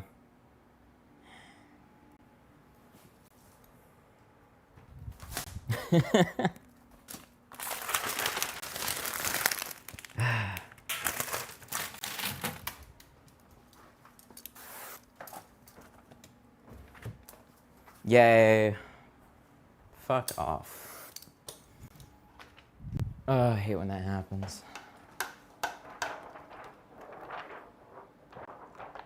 That's what I like about the tint keg can spray in the top for more. What?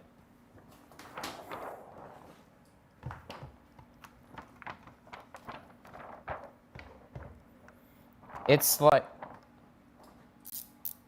No, it wasn't fine. It was subpar at best. There was a couple little spots, and then there was like just a little clump. Because I also had to put a bend trying to just peel it back and like put enough pressure to get it to break free. So just not a fan of that.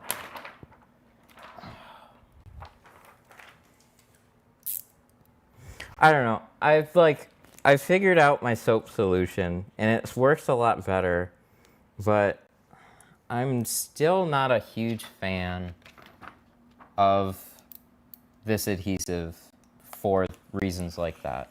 They make installation a little bit more frustrating rather than just slide around a little bit more. So no, it's brand new slip too. And it was sliding around the rest of the glass fine. It's when it's like a pressure sensitive adhesive like most tint adhesives are. It's just some are a little bit more sensitive than others. So as soon as you put it into that side seal and it clamps down on it, it fucking sticks. And then the other problem too is like there's certain times where you'll be squeegeeing out the side and it'll catch. And then when it catches, it's like there's no way to free it up without literally like ripping it back and flushing it out. It just, when it grabs, it grabs. We're using Pro Nano, but it's like it's a Guari thing though. It's not even like a geo specific thing. It's like across the board, like this.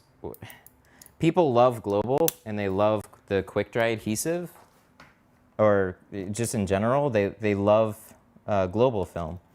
But I don't understand this whole quick dry adhesive thing. It drives me fucking insane.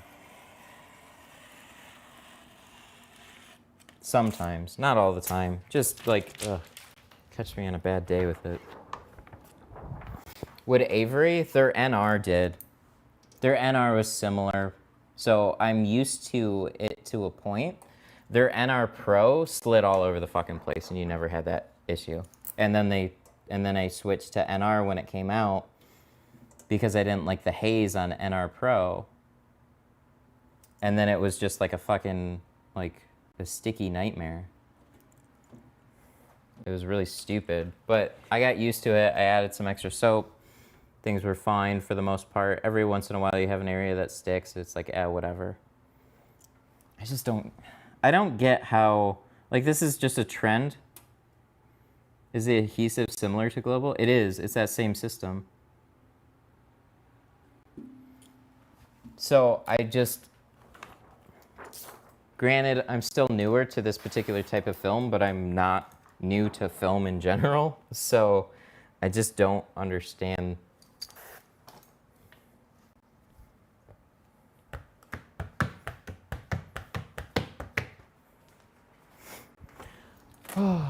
Is it gun to your head? What ceramic should I carry? That's a good question. So I really like Pro Nano, and that's what we're using now. I really like it. But you kind of know what you're getting into with like the quick dry adhesive and shit like that with watching me work on it. The problem is with like some of the nano ceramics from like Korea, some of them are really good and some of them aren't so good. So I'd be a little bit more worried about adhesive failure in those instances.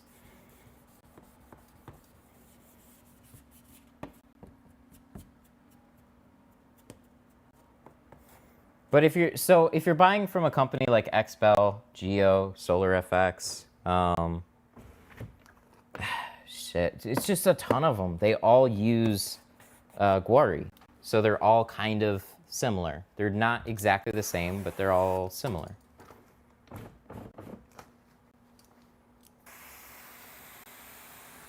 So then you have to look at a different manufacturer, like so you have Lumar and Suntech from Eastman. And I don't know. I've heard quality issues with them more recently, but Lumar's at least a company that's pretty stand up on like helping their dealers out. But you know, there's reasons why it's more expensive too. That's not a bad thing, but Lumar's a little saturated in some areas for sure, and dealers haven't really cared about keeping their prices up for being Lumar.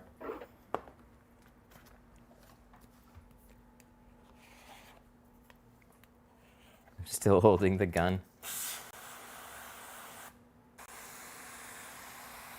Get samples and try a bunch. The real trick too is if you want to find an all-encompassing brand that has everything, I think they all have their own little shortcomings.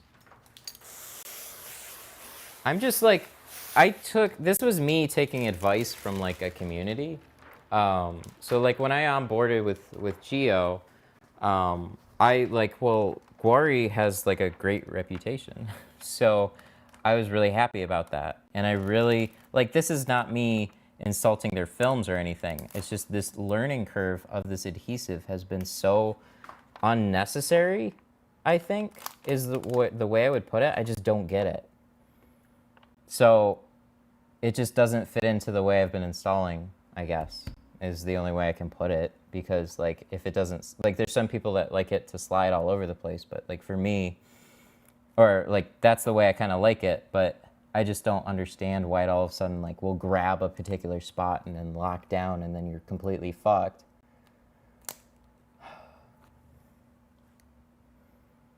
So I don't know. Maybe I can play around with my baby shampoos a little bit. Maybe I can play around with using like a different dish soap too, but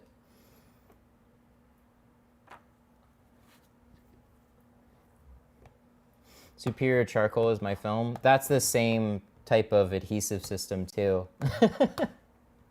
So like there's a ton of people, if you ask film types and film brands, and like it's like the biggest supplier is either Eastman or Guari right now.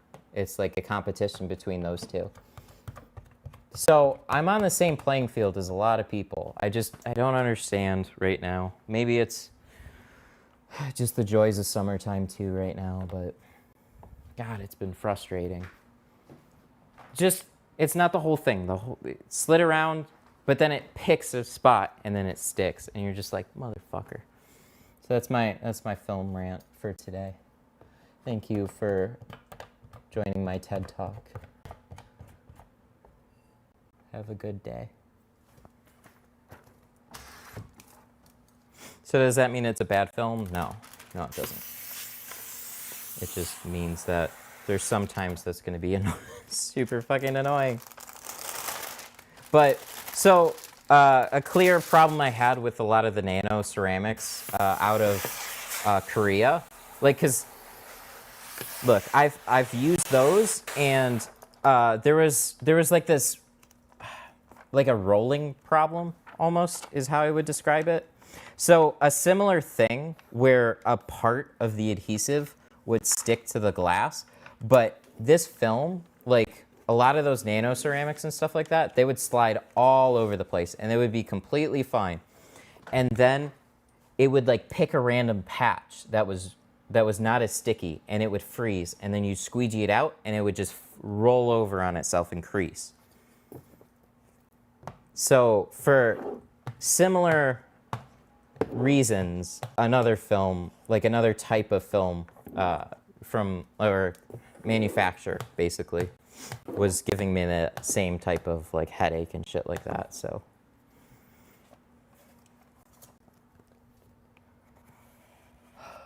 Walmart tint is the best. We'll come full circle. We'll go from like big brand names all the way back to fuck this, man. We're just using Walmart film from now on. Maybe one day. So you gotta understand, like when I first got this stuff, and I had a period of a week before I even figured out my slip solution. I was just ready to I was like, fuck this, I'm out. And then I got my slip solution to a point where it's like, oh, okay, no, this is good now. Everything's working the way that it should, or like a good way. Well, this is good. It's clean. It's very, very clean as far as I can tell. We should roll this down, cross our fingers. Yeah, we're fine. Try to double check this top edge. Well, it's another door down, so that's good. Good shit. So let's do the quarter.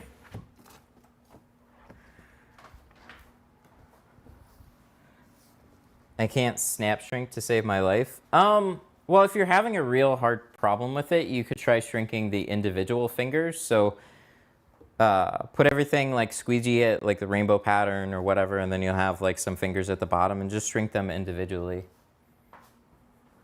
That might just work easier for you. It's the way I used to do it. If you look at a lot of my older videos.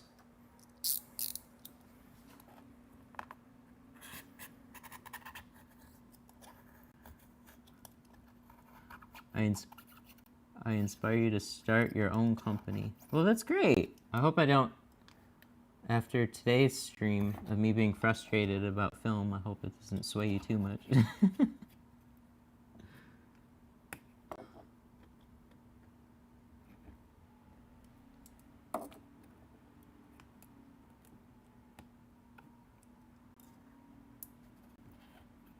It's impossible to snap shrink Lexan? Oh, interesting. I think I did snap shrinking on Lexan. But Lexan is one of those films that, like, it'll shrink okay in the center, and then towards the edges, it kind of sucks. So there's a lot of people, it's kind of unfortunate, because, like, I'll keep hammering on this. Try not to cheap out too much on window film. You can get some nice dyed film to practice on. Lexan Carbon is not a very good film to just straight up practice on. But it's a tougher shrinking film on the ends, so it can kind of give people an unfortunate experience with some films. I don't think it's the most user-friendly, but it's definitely a really, really cost-effective film. That's for damn sure.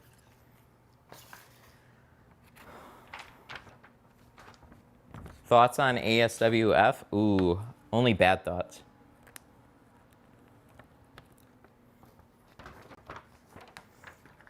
I was a ASWF dealer for a time. We installed their film for like a year and a half, maybe 2 years. They let us down more than any company has ever let me down. My sticker's falling off. We're just gonna finish that. Google the term UV bloom and how it associates with ASWF. I didn't know what it was until we had a month straight of film failure from them. Not good, feels bad. We need the light.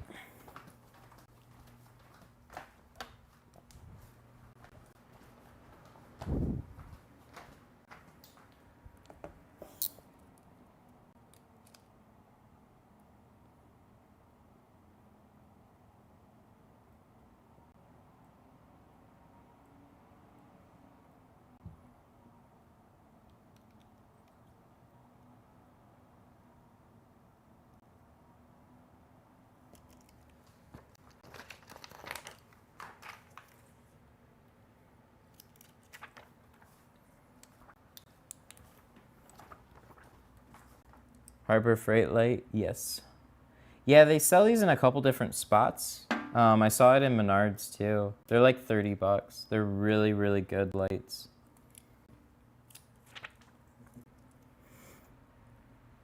I used to spend $80 to $100 on like stick lights.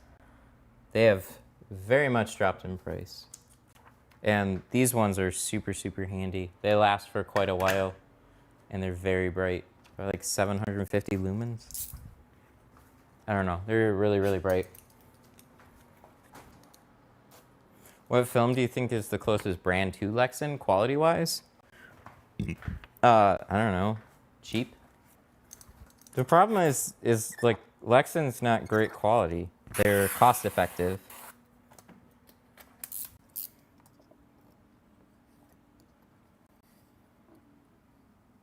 That's why you go with Lexan, because you want to save money on film. I give them props though. They're fucking making a name for themselves.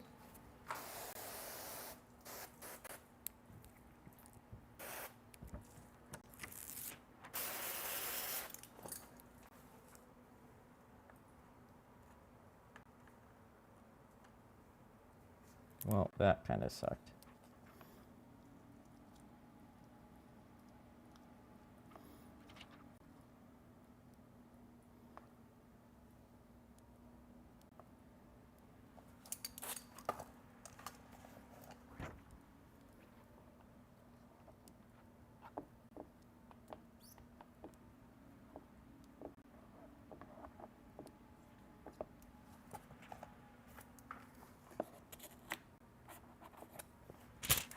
I think the biggest was the best dyed film. See, there we go. That's a good question. So problem in comparison is if you want to understand the basics, Lexan is harder to shrink in general. Like, it's much slower, and the edges you have to put a lot of heat. Whereas something like a color stable film or like a dyed film generally are going to shrink much quicker and easier. So when you're practicing, you really don't need anything expensive. I'm not saying to get an expensive, high-quality film to practice with at all. I've never advocated for that. Just something that's a lot more user-friendly is good to start with. Doesn't matter so much if it's 1-ply or 2-ply. Probably like a 2mm is better to learn with, because that's what most films you're going to be installing are. But Tint Depot has a pretty good selection of like budget-friendly dyed films that you can practice with, and they also have better films too if you want to install it for customers and stuff like that.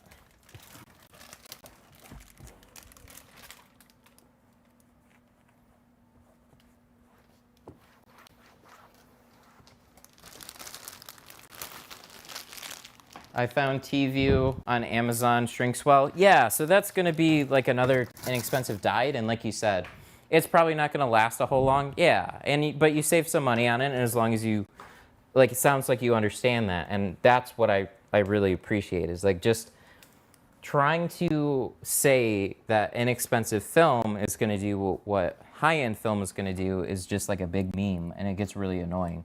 It's like, no, they're not the same. But if like you want to use a less expensive film, practice on it, or just, you know, even install it, just don't like try and sell it as something that it's not. Because there's a lot of people that like they save money on film and they'll put a lifetime color stable warranty on absolutely everything. And it's just like, and then it'll fail in 2 or 3 years, and then, you know, that shop won't be in business anymore, or, you know, a guy can't find that installer or whatever, and then like people get a bad taste of window film in general, and it kind of sucks. If you're gonna sell it, just own what it is. Cool. This is good. Yay, we did the quarter window and the front door. Oh, this looks good. Sometimes I kind of like almost zoned out of what we're actually even doing here.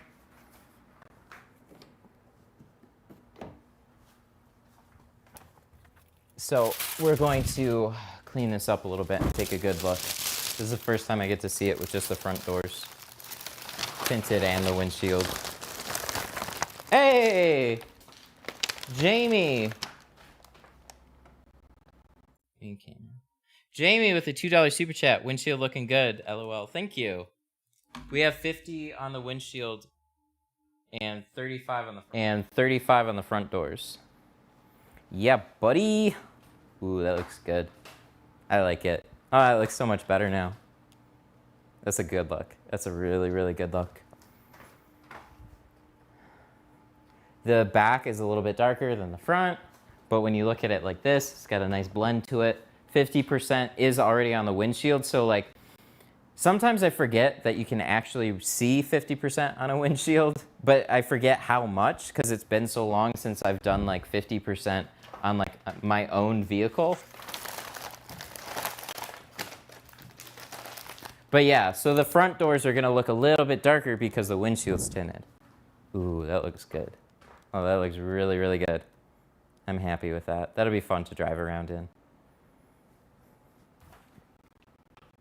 50% is really good for a shield. I like to go 35 for some extra glare reduction.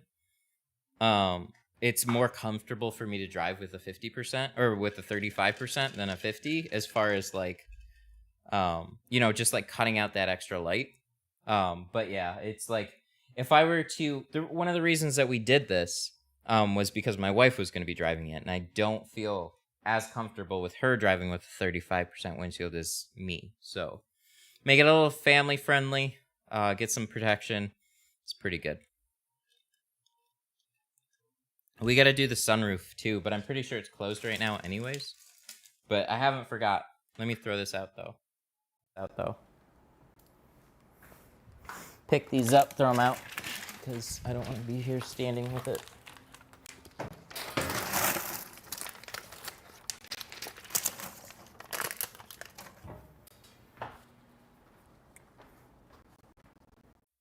It's ceramic. It's the good shit. We probably got to swap a battery too. Yes, we do. Because, you know, 2 doors and quarters can take... Have we been streaming for 2 hours? Really? Really? Dang, dude.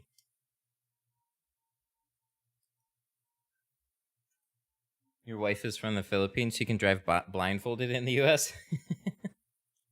Their driving is crazy, but she never had to drive out there at all. Not where she lived. Public transportation is so much stronger over there. I watched the last live stream, Matt, on the windshield. It was a long live stream. We're just going to take a little break Did you do the windshield off stream? No, we already did it in the last stream. So we actually did the windshield first. We did that on Monday. I think we did it on Monday, and then so this has been not tinted front doors for a little bit. So windshield's already done. We use Geoshield Pro Nano Ceramic.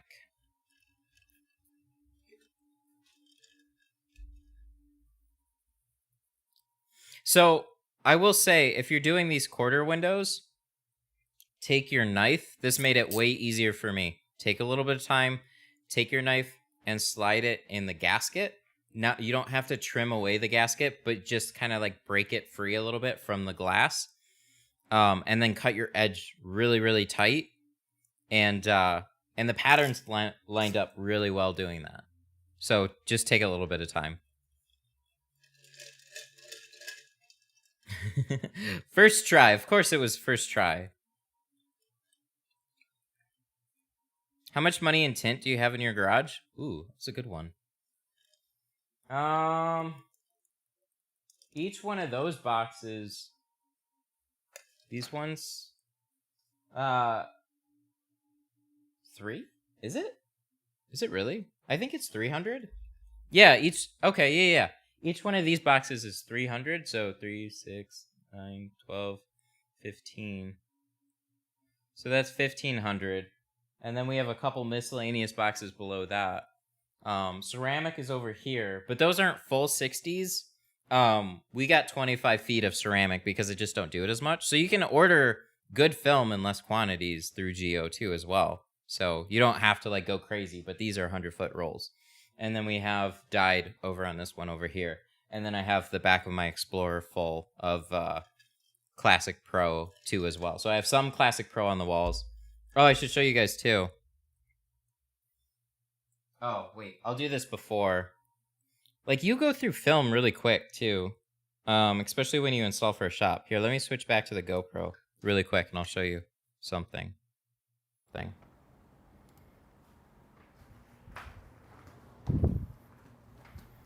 And then, like, there's all the other rolls, and then I got a stack of, like, 6?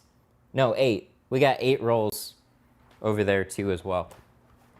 So, and then over here, we got more film. So, 50. This is the carbon, so this is another $300 roll. Each one of these, I think, are 200.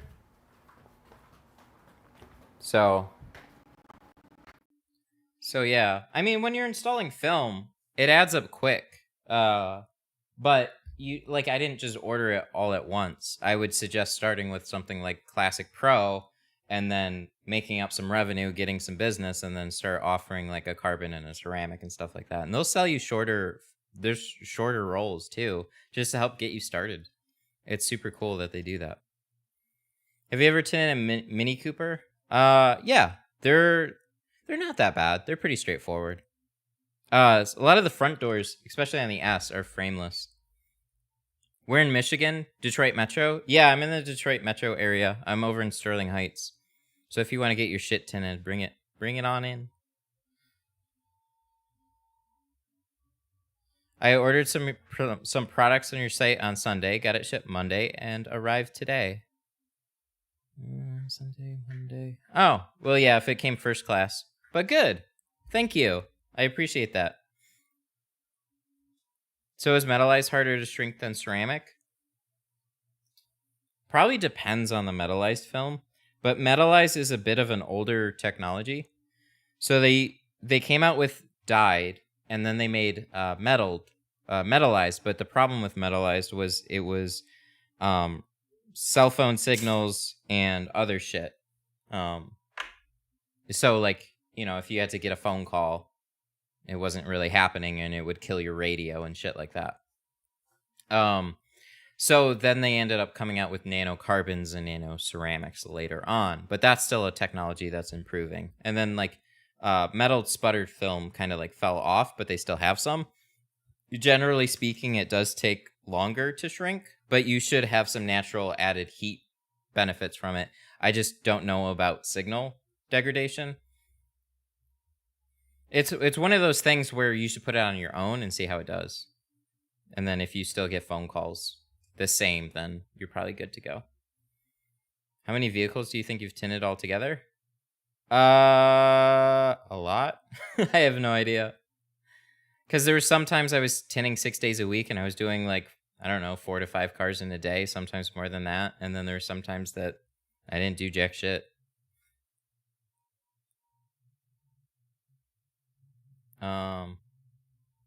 One thing is you ship really, really fast. Thanks. We try to get things out every day. Lately, we've had to. Sometimes it's every other day. So, like, if I get an order late night Thursday, orders have already gone out earlier on Thursday, and I try and get them out Friday, but I'm at a tint shop on Friday, so, like, sometimes those will go out on Saturday. If I'm here and, like, orders, honestly, like, the support from you guys have been fucking phenomenal. We're getting shit. Like, I'm having to send out anywhere from, like, 12 to 15 orders a day right now, which is just fucking bonkers. So I'm going to have to get myself a USPS account. It's just so nice to see that kind of support with stuff like this. Because it's just like, you know, I've been trying to figure out how to make something like this work for a long time. And just doing 1 car a day is very, very difficult to make that work. So like sub donations, stuff like that, that's always beneficial, but I don't want to rely on that as like a business. But like having a couple of products, having a little store, that's been really, really cool and really encouraging. One of the streams he had over 240 people watching. Yeah, it ebbs and flows, man. That was one hell of a fun stream. I mean, like now we don't have, I don't think, as exciting as a topic, and the thumbnail's relatively similar. But sometimes we'll have like 50, and then up to 240. That was nuts. It'll gain over time. It's cool to see the support though. That means a lot. Do you have a website? I have like, so we have like the business page for like the studio, and then we also have like so the store, it should be in the description, but my tint stuff, because it's my tint stuff, and then when you buy it, it becomes your tint stuff. But that's a little store that I have. So Glass Aid and Clay Bars, those help support everything that I do here. That's one reason I have a little store like that, and it's been cool. So like the idea with like certified tinner and like a membership subscription and shit like that, it's tough. But this is kind of just a natural endemic way for people to support and just like actually get something that's helpful, I think. So it's cool. A couple people found that funny. I was trying to decide between your tint stuff and my tint stuff, but I figured it's my tint stuff until you buy it, and then it's your tint stuff. Are you thinking about selling more things? I'm always kind of thinking about it in the back of my mind, but not. There isn't anything that I've really thought of. I mean, there's people that'll tell me to private label window film. There's some people that tell me to like private label and sell window film, but window film's like a whole different animal, and I don't just want to slap my name on window film. There's nothing new I would bring to the market. So being that I think it would be worse, I don't want to get into selling window film anytime soon. Kits are cool. Kits are a lot easier. It's my tint stuff. It's my tint stuff now. F off.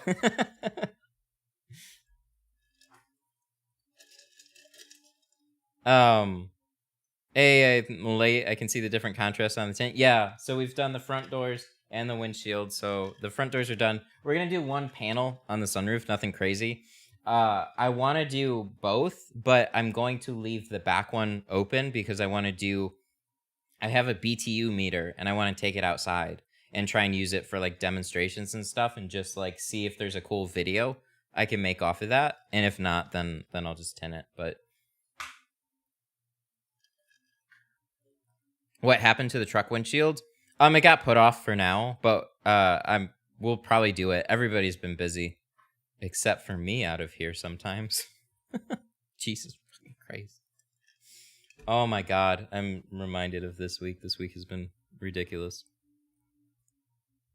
I've gotten a lot more used to doing longer streams now, I've noticed, because it's been 2 hours and it's just like, whatever. MSU or U of M? I don't care. I'm not a football person. Not at all. I know my dad's one-sided. I think my dad's a MS or a U of M person. I'm from the Netherlands. Nice vids. Thank you. Never done a moonroof, so this should be fun. The question is, what is the difference between a moonroof and a sunroof? I've been asked that before. So yeah, so it's going to be a lot like a quarter window. There on this one especially, it's nothing crazy, so it's like, woo! If anything, you just get a little bit of a shower when you tint it. Some of them can be a little more tricky, and we can talk about that. But this one's really, really straightforward. So, heard you're expecting. Congrats. Thanks, man. Yeah. Yeah, we're having a baby boy come November. So, time's moving along. It's crazy how quick it goes sometimes.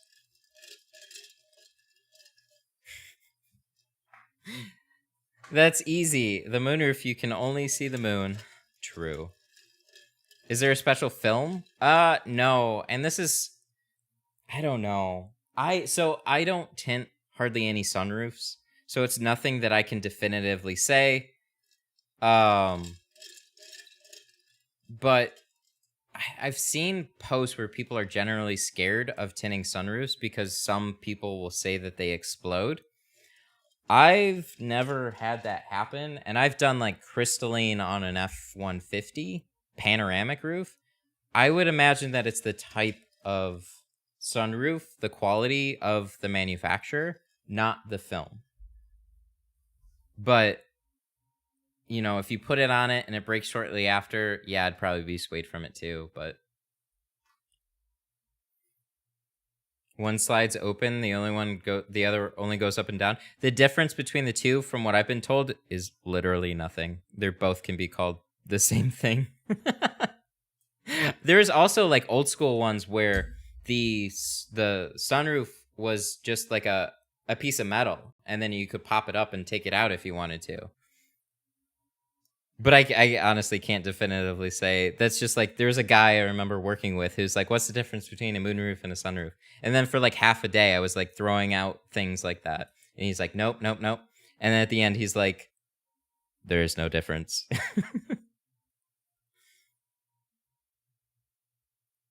By the time you know it, she'll be delivering. Yep. Right in the middle of winter. So that'll be an interesting transition for sure. What's the point of tinting a sunroof? Don't they come factory tinted? That's a great question. I'm glad you asked. Heat rejection. Hi, welcome to Tint Stuff. We're going to talk about ceramic and why you should buy it right now.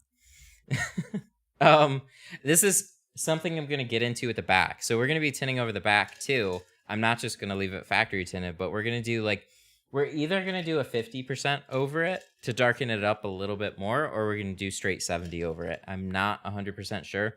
It's not going to make much of a difference either way.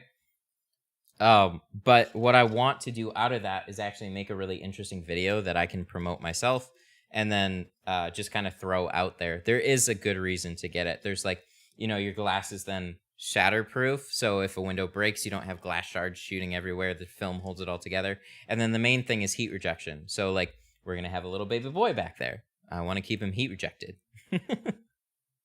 So, like, for family, vehicles, and stuff like that, I think it's incredibly beneficial. There's not a lot of people that think about doing the back because it is factory tinted, but it's just dyed glass. So it's still letting in UV light. It's soaking up a little bit of the heat because of that color, but it's not doing anything more than that. The one with 240 was a late night stream? No, there was a couple. Sorry, I want to scroll back because I like this comment. There was a couple. It's really hard to like nail down. The one we did the windshield on the other day was just like a mid-afternoon stream. That one did like 260 or 280. It was nuts.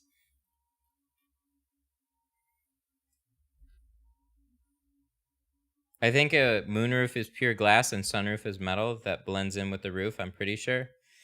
We should track this down. You guys should post it.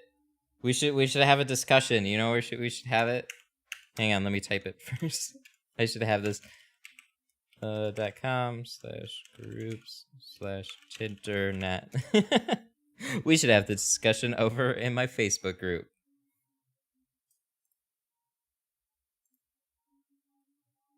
What is that? In Texas, and you've ever tinted in 100% heat, fuck, the tint sticks so fast. Yeah. Yeah, the hotter it is, the worse it is. For sure, 100%. Okay, we're gonna do this moonroof, sunroof, whatever we want to call it. We're gonna take a look at it. And we're gonna get it done. First try. No problems, right? You know, what's funny is I have the blue batteries for my GoPro, but it likes to tell me, like, I have these. These are the more expensive GoPro 8 batteries.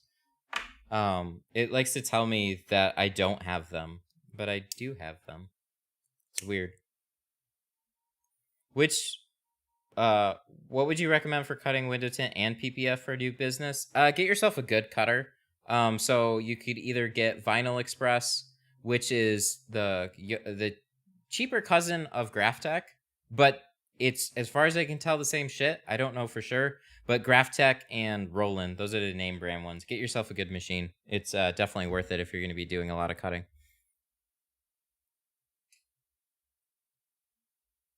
Kelly Blue Book has an option for moonroof or sunroof. What is the difference? That's funny how much of a discussion that this started.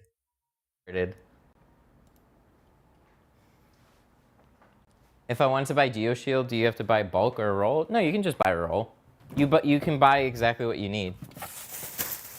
Except if you're... we gotta move some of this back here. So this is interesting. So this is the shade, and it makes this back part a little bit annoying. But what we're gonna be doing is just this front one, because that's where we're gonna be sitting. Oh, what the fuck? What the hell, GM?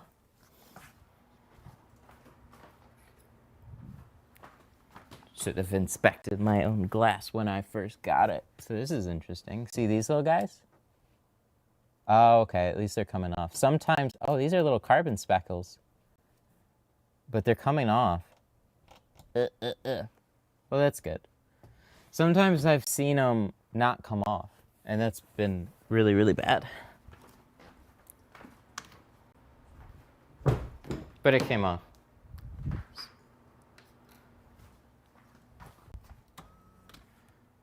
Huh, so which should we... I guess we'll just lean the seat all the way back and lean it down, and then we'll just have a shower when we go to tint this. You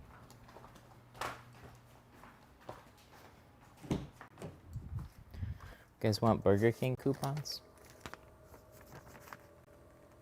All you have to do is give them the code, but they send these to everybody, so I don't really think they're very important. Okay, nice clean car. My Explorer is filthy though. Oh, no, I don't want to get rid of that.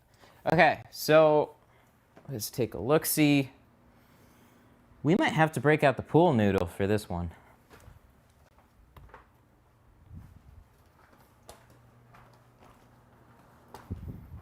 Sunroof you can open, moonroof is glass top that you can't open like on the Tesla.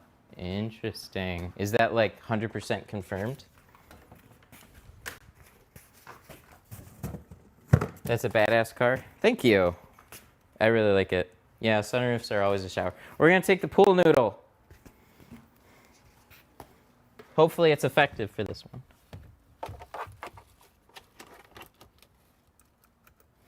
God damn it. I always hate how you have to have the car on for some of this, though.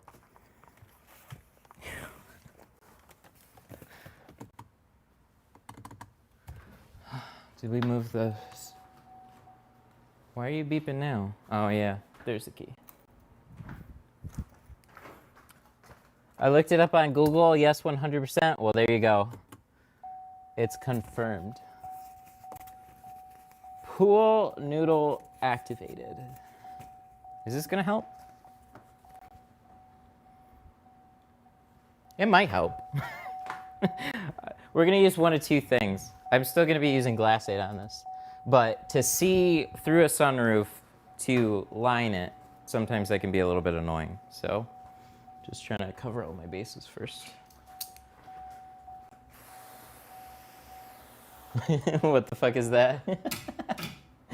This is the knee roll light, or the tint roll, or tint light, knee roll by Tint Light, something like that.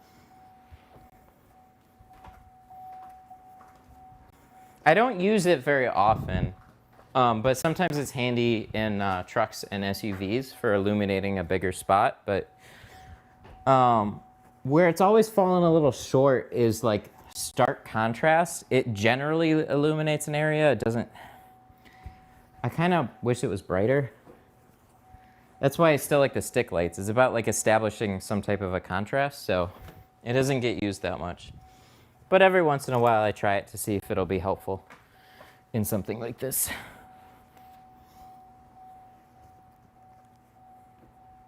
And they're a little bit expensive, but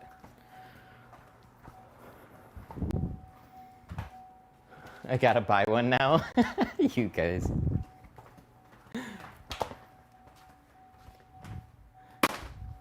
Yeah, look up Tint Light. You'll find them, or Niroll, Niroll, if you're interested. Not affiliated or a sponsor, just something we're using. What percent? We're using 50. Cause I like it. I like the shade already. It's nice, but it's been funny though when we leave it open. We close it during the day because the sun is very, very hot. So we always close the shade back up, and I want to leave it open. So we're going to tint it in ceramic. We're going to see if it's worth it. And to be honest, I've never had a vehicle with a sunroof.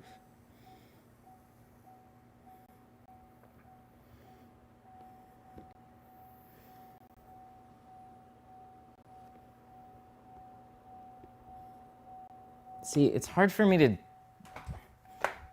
I want to put it up higher, but so this is what I'll do with a light.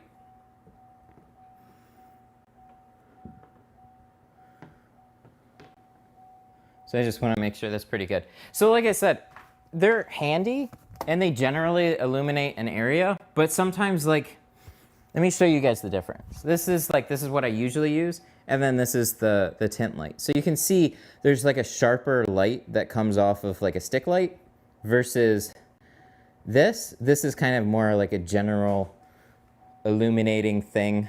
So it's still handy. I just wish it was just a little bit brighter, I think. But sometimes it'll come in handy. So I keep it around.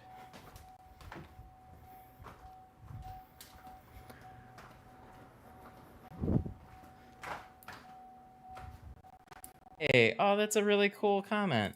Use your videos to learn how to tint and did it out of a garage and just got a job at a tint shop to work during college. Thank you. Awesome. Good job, man. I'm very proud of you. Like, that's really cool. I'm glad the videos helped too. That's awesome. That's awesome. Super, super cool. Oh, that's just annoying now. If we shut this off, is this gonna...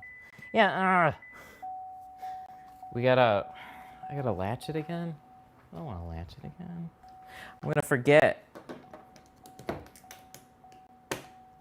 There we go. All right. Oh, I can see it. I can see it.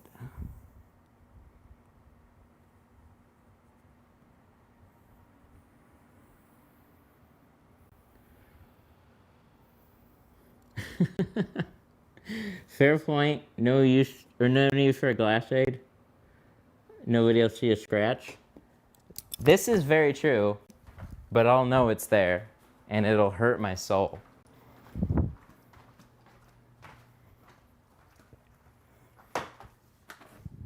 So we're gonna do it. It's a big black border. I'll leave that up to you, what you wanna do. But you're right.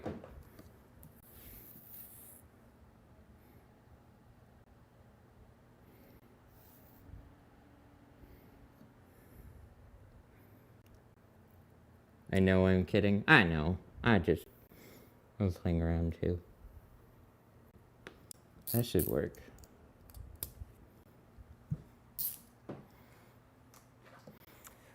So if you're using 50%, what percent would it be?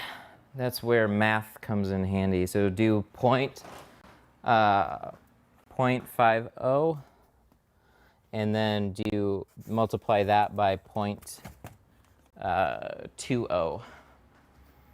So 0.50 times, or 0.5 times 0.2, and then you will have what percentage in theory that it should be, but that doesn't always happen. Go figure.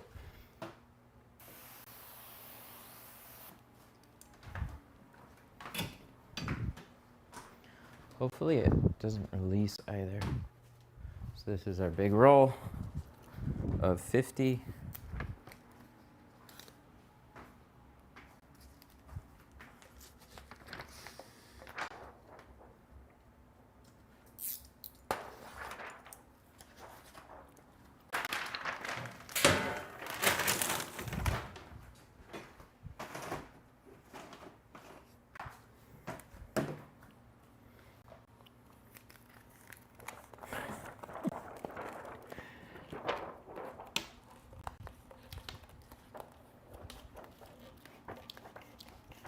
Gonna make it 10%? Is that right? Sounds right. But appearance-wise, it doesn't sound right. There's gotta be something wrong there. It sounds like it should be lighter than that. In actuality, it's gonna be what I would consider, in cooking, when they say use a pinch of salt, I would say it is a dash of darkness.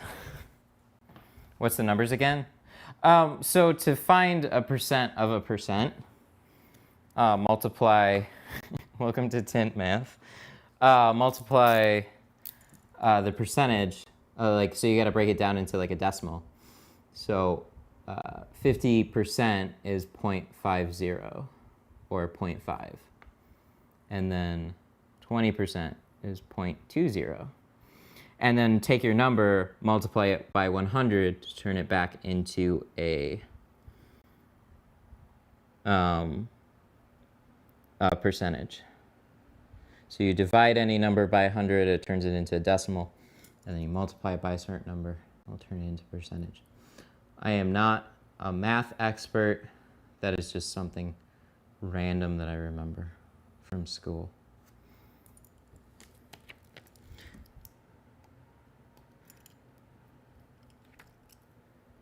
Exploding head. Oh, it's loosening up around the edges. Come on, tint light. Don't let me down. Just use a calculator. Oh, 100%.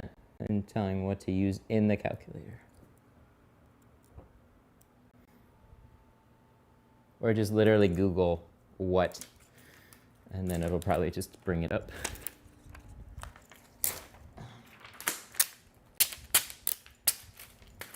Cool. I'm noticing the corners are loosening up. That's no fun.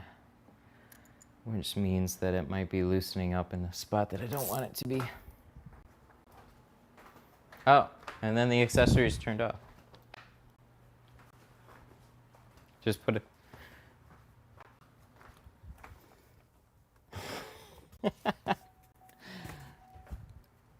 Just put a glass 8 sticker on my knife. Nice. Mine just kind of fell off. So I'm letting you carry the torch now. Matt's being humble. Matt's being humbled. He was probably in honors. No, I ignored a lot of homework. I didn't get bad grades, but there's some classes, and then you get that senioritis and start putting things off. So, I don't know. I wasn't a bad student. I took a lot of technology classes in high school. That's really what I liked. And they're a lot more chill. So it's like everybody naturally took chemistry, but it wasn't ever a requirement in my high school. So I ended up taking a lot of technology courses instead. And while everybody was like going crazy with the teacher and the periodic table, I was having fun. Yeah, it's tearing too. It's no good.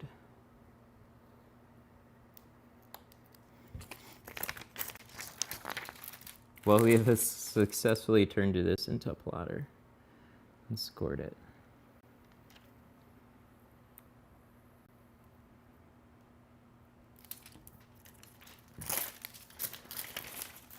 Okay, this corner.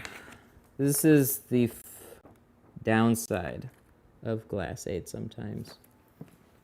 It will, on corners when you pull it tighter, it'll start to loosen up. This is why I've always said, I hope you like it. So for some people, glass aid is cool. I like it. And for some people, it probably will drive them batshit crazy. This is one of those circumstances where sometimes it doesn't exactly make things easier. It can sometimes make things more of a challenge.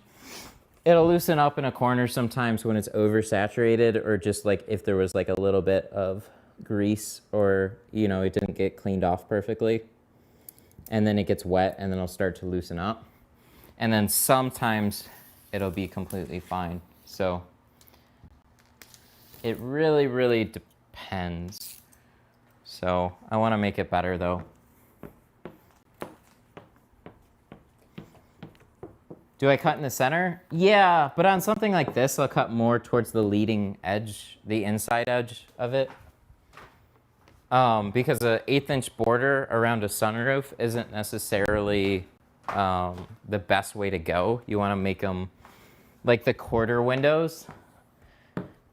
Like the quarter windows don't have a lot of tolerances towards the front, so you got to cut those a little tighter. Same thing with this sunroof. It gives you a little bit of a border, but sunroofs can be a little frustrating.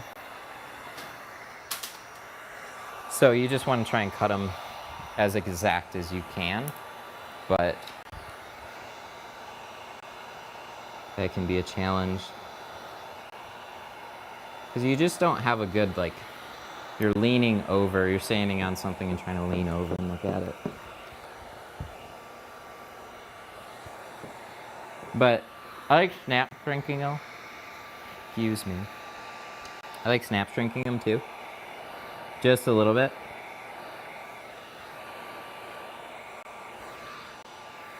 Because they are curved and you will have fingers just popping up on the inside, so.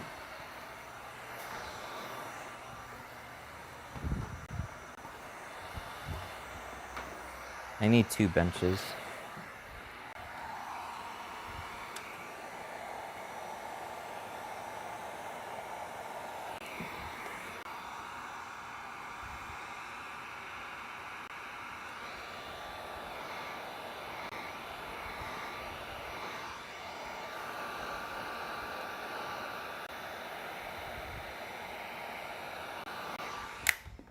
There we go.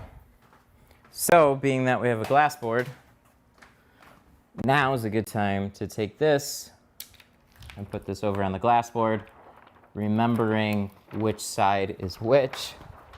So I'm not going to change anything. I'm just going to pull it straight over here and set it up. So when we pull it, we just, and then that should be good.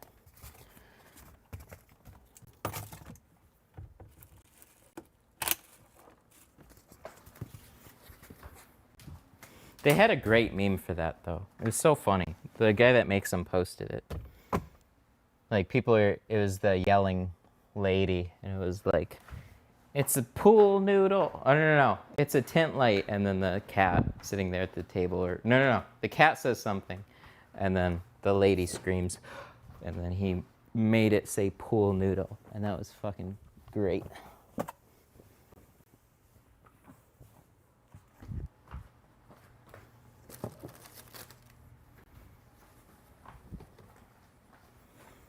Just finished the driver's door on the G35. Nice job, man.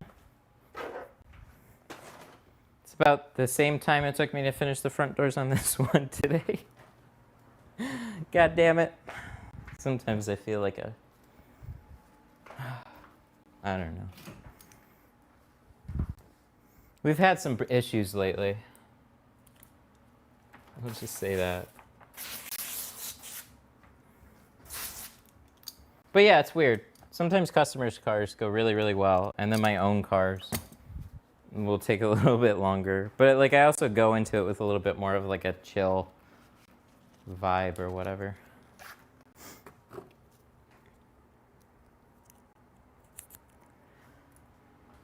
Next week's gonna be a little funky.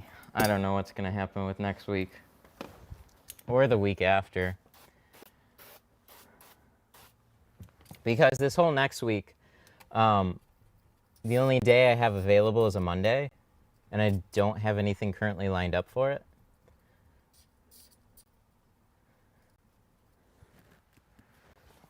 And then Wednesday, Thursday, Friday, I'm gonna be at the glass shop. Or no. Tuesday, Wednesday, Thursday, I'm gonna be at the glass shop. Because I'm leaving town for a little bit. Should we vent this? Oh, we can vent this a little net. Oh, no. No.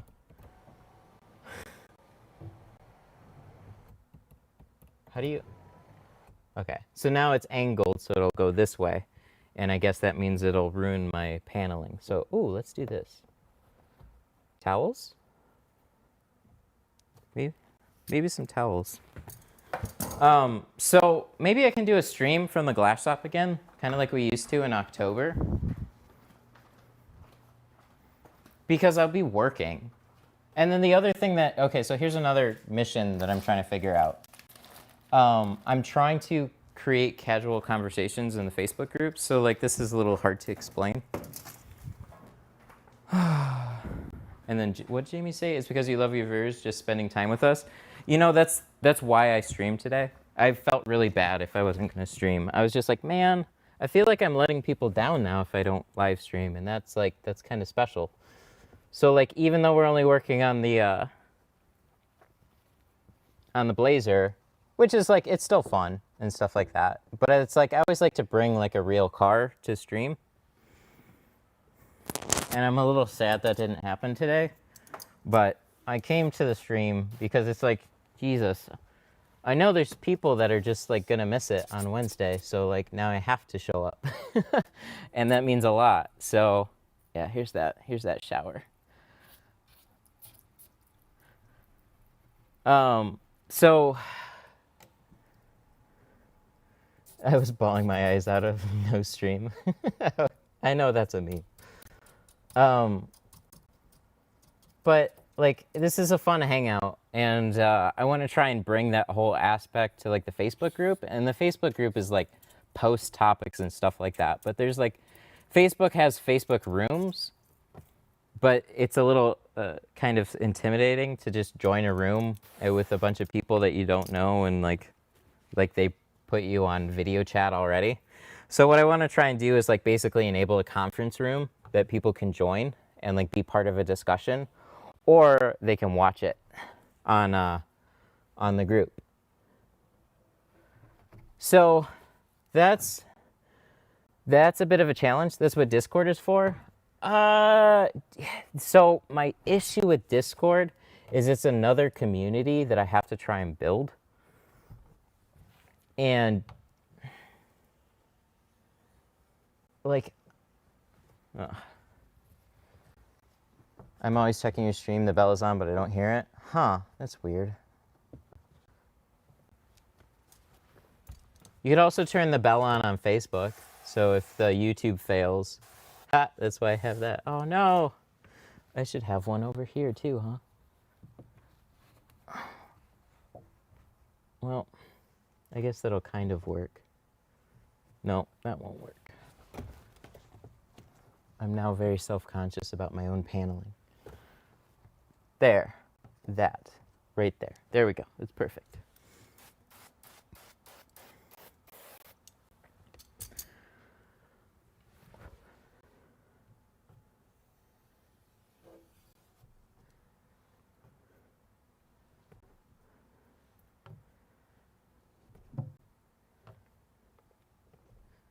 I have a list of recommendations on Tint Depot, so tintdepot.com/tint stuff. They have a page full of shit that I use. That's a pretty good resource for finding pretty much everything that I use. But anyways, trying to bring casual conversations and stuff. Like my issue, I like Discord. I really like the features that they have. But I have a Facebook group. I have a YouTube channel. I was trying stuff with the Facebook page. It's just like Discord, if I don't actively talk about adding people to the Discord, then nothing changes with the Discord. So it's like the few people that hear about it, cool. Everybody else, new people, etc. I have to constantly talk about it. So being that the Facebook group is not super discoverable either, that's generally where I put more focus in first. And it's a little bit more topic focused rather than just casual conversation. And I think that's more important. But there should be a way to have casual conversations on Facebook as well. So that's just like something that I'm working on in the background too. Well, that went easy. There we go. All my edges are good. That's my first concern.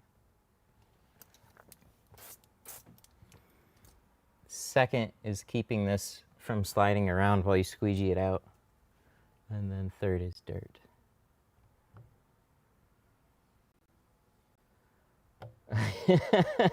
Exactly. A Tint Stuff 4chan, yeah, and then like, you know, we could have like a subreddit and like it too many things, and it's just lose focus and effectiveness on what even their intent was. So I tried to do something with the Discord, but it didn't work how I was hoping that it would.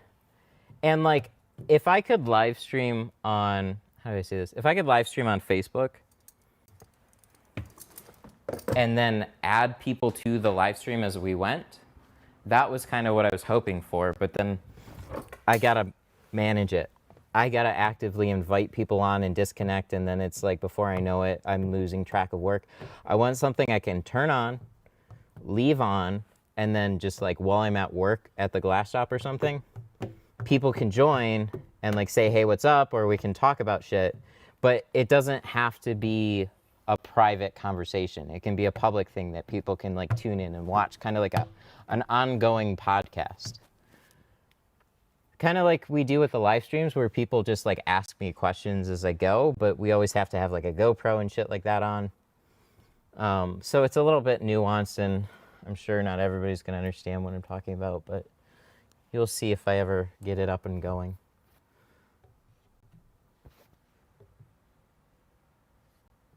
Because podcasts, in my opinion, they're cool, and I like them, but they're a little too planned out with guests and appearances and stuff like that. So it's like, it's a little bit more work than I want to do for like my own group. But there's a lot that can be learned just with like making things available. So, hey, that went really well. And we did a sunroof.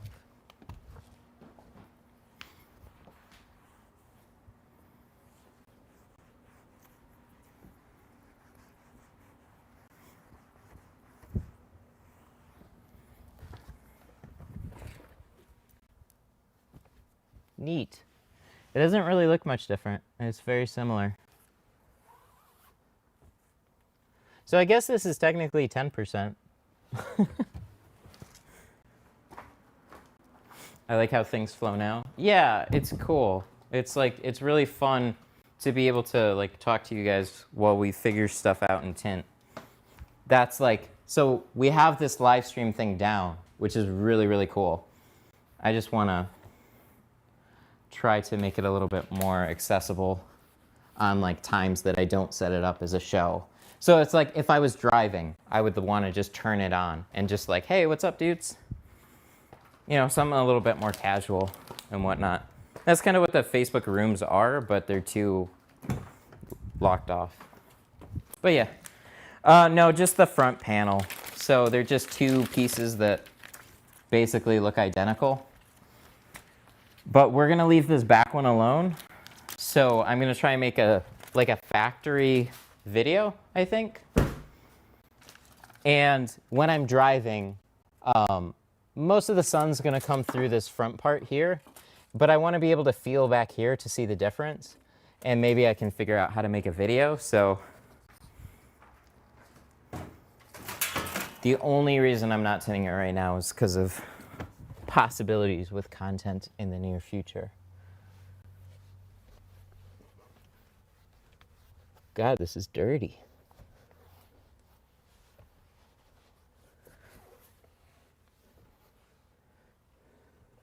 Yeah, so it's like I had this tinted in 50 and nothing on the doors for a little bit, and you could feel a clear difference between the two. And I really like that. Just so like, you know what you're putting on really works. So I have a BTU meter. And it's one of those things where it's like when you're driving around, the perfect circumstances pop up. So I want to use this little meter while I'm out on the road and see the difference. And I will let you know.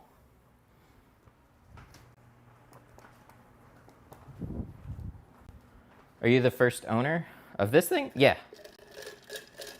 What car is that? Is this your car? Now be a nice husband and take your car to the car wash. Yeah, this is mine.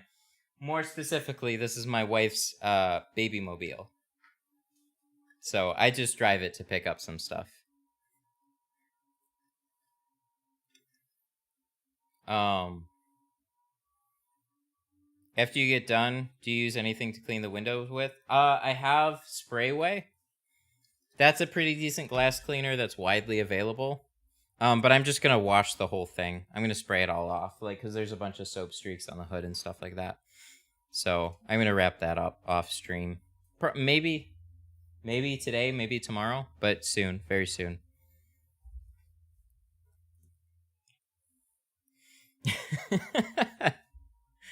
Thanos baby car. Now figure out how to compress that down into a license plate, and then we'll get it on the license plate. Thanos baby car.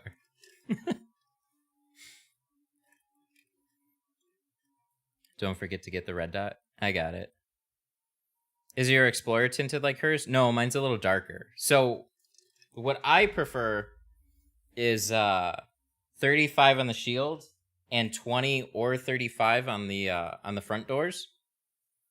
And then on this one we did 50 on the windshield, 35 on the doors, so it's a little bit lighter. And then on the sunroof we have 50 because the sunroof is already factory tinted. We just need that heat reduction. Because when you're driving with the shade, it's just incredibly hot. So hopefully this will be a lot better. It has been with just the windshield alone. What's your go-to tinted glass cleaner? It still is Sprayway. It do 5 on your glasses. This stuff works fine. It's widely available, but there's probably more professional stuff that you can get. Do 5 on your glasses. I'm just gonna... Wait, I wonder if I can show this to you guys. There's a fucking hilarious video on Facebook. I don't know. Oh, it's gonna kill my stream. I can't do it. Not right now. But there was this the window tint commercial that was so funny. It was fucking great. It was like a quick in and out tint shop. It was really, really funny. They're the guy's it's not even dark. It's on Facebook. Maybe I can. Here, let me try this. Because we're pretty much at the end of the stream. So if this ruins it, it ruins it. If not, then we're fine. Because it doesn't matter. Window tint stuff. Let me scroll to find it.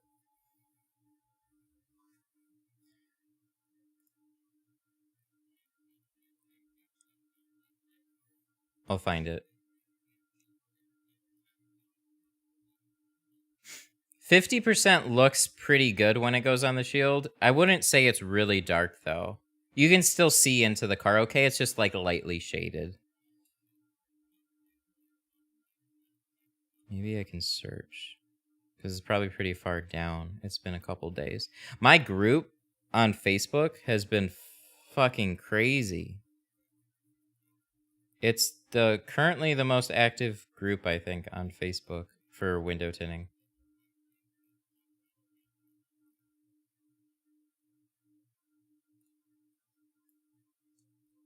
Okay, I gotta search for it.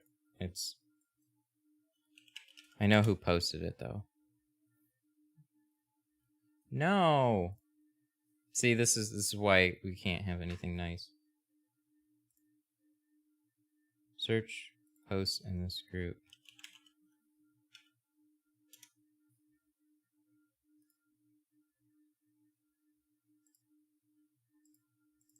And broken. I can't even link it.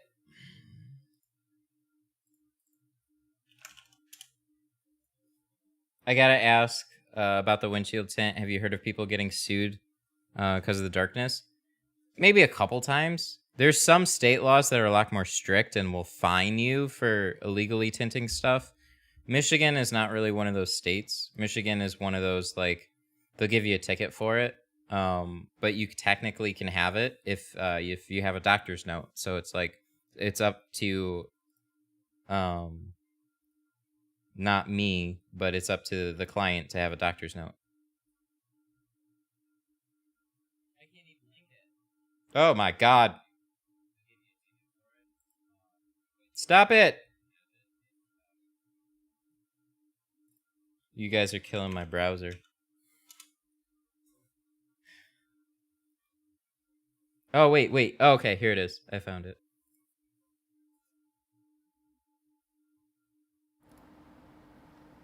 This thing. Let me know if it kills it.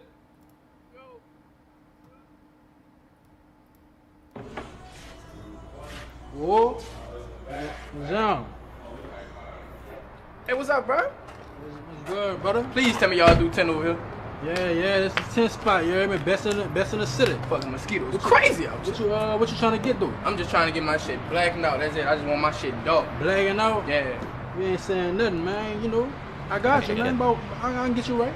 Yeah, dog. This is so what you want me to drop this bitch off? Or? Drop it. Oh, man, don't insult me like that, brother. Go wait in the waiting room. What time it is? 1 o'clock. 1 o'clock? Give me the 106. I'll have you done. God damn, y'all that fast around this motherfucker? Yeah, we the fastest in the city. I told you about that, man. But say you can wait in the waiting room if you want. Hold up. You got a mask? Nah, big brother. I don't got no mask on me. Well, you like a clean dude. Here, you can put mine on. Huh? Can't catch corona twice. This part goes a little long. Yeah, a lot of people have seen this. This is good shit. I love when he puts the sunglasses on and tells them to wear them.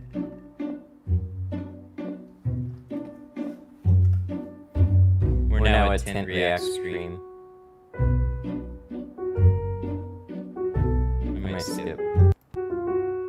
He like pours honey on a rag, smears it on the glass. The reaction is fucking great though, and then sticks it.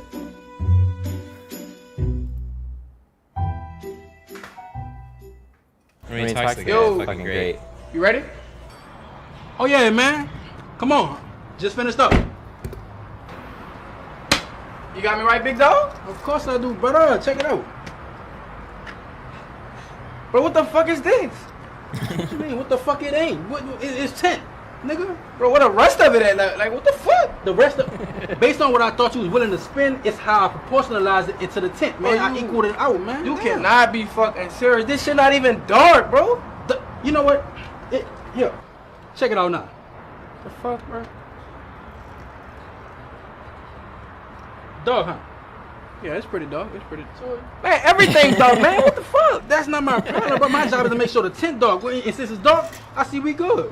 Bro, I just asked for 5% tint. That's all I want. I just wanted 5%. 5%. You know what? And this part.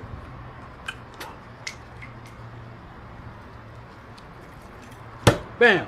5%. Yeah. 5%. But hell no, I could have just went to fucking Nola window tint, bro. They shit way better, way more quality in their lifetime warranty, bro. What the fuck that got to do with me? Why your little ugly ass in front of my establishment, huh? You know what, man?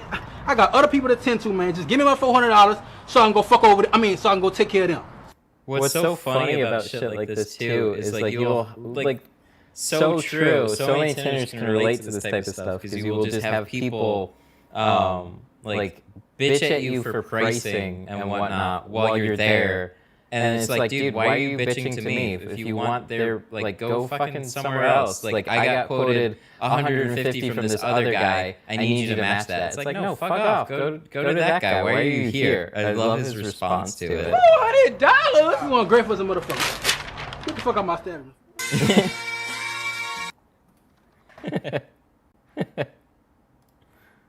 Oh, is it echoing? God damn. That one. This one. Dang. Okay. Well, we'll get that down sometime soon. But yeah, the reaction is fucking great when you get people like that because, you know, you'll have people. I would have sales guys ask me all the time. It's like, can we price match? They got quoted like 150 or 160, and it's like, no, you can't do. If they want that price and they got quoted from another shop, why are they asking you? Like, that kind of shit was always ridiculous. Hearing you talk is like being in space. Yeah, because I got both microphones going right now. I totally forgot. So when I go to the desktop. You're in space. Oh, wait, there we go. There we go. So, there we go. Fixed. Yeah, there's too many variables. Like film's a big one. Establishment time. It's just, and then everybody like, what film are you using is probably one of the biggest ones. But I don't know. It's just crazy. Hey Matt, I had a recent order where I didn't receive my squeegee blade. Tried emailing but haven't got back. Bruh. Really? How? I just checked for him. I will find out though, my dude. Where did you email? Did you email tintstuff@gmail? If try sending it again. Oh wait, there you are. Red, right? Red. Oh, I missed it. There it is. I found you. Order 1626. Bro, I got you. Okay, I will write down and I will make sure that you get your squeegee. I'm really sorry about that. So one specific item was the squeegee handle with the blade. Oh, okay, so you got the order and then something was missing from it. Is there any way I can get the blade? Yep, 100%. We'll get that out. Sorry about that, dude. And thanks for hitting me up on here. Sorry it didn't work out on email. I gotta set aside a dedicated email. I try to scroll through here and catch any emails related to like mistakes on orders or people that haven't gotten shit. But yeah, no worries. Good deal. Hey, just got here. Had a hard time with 2020 Chevy Blazer quarters. But I'm glad you're going over it. I just got done tinting a 2020 Subaru WRX. Yeah, we talked about them a bunch. They're tricky. Try and slice the rubber, not like trim out the rubber, but sneak your blade in behind it, and you'll be able to slide the tin in. But you got to be really, really precise about your cut. It's a little tricky. We messed them up a couple times. Love the handle though. It feels way nicer than the Amazon one. Oh, good. Glad you like it. Yeah, I like these handles for being an inexpensive handle. These ones are actually pretty legit. And if you want something even better, get the Fusion ones. I wonder if I want to compare them really quick, and then we'll end. I know it's been a little bit.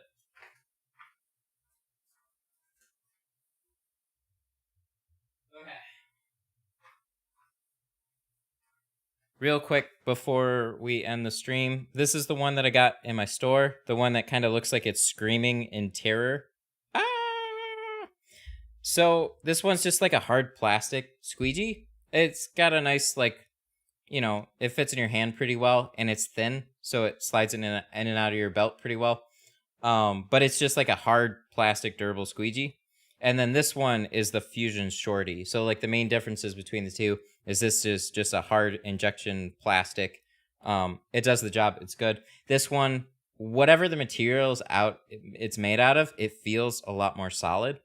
And it's got a little grippy handle here. So that's like, it's a handle. There can only be so many differences, but it's like, a decent price difference there. But both of them do the job. I like the Fusion one better, but the one that I have too works well.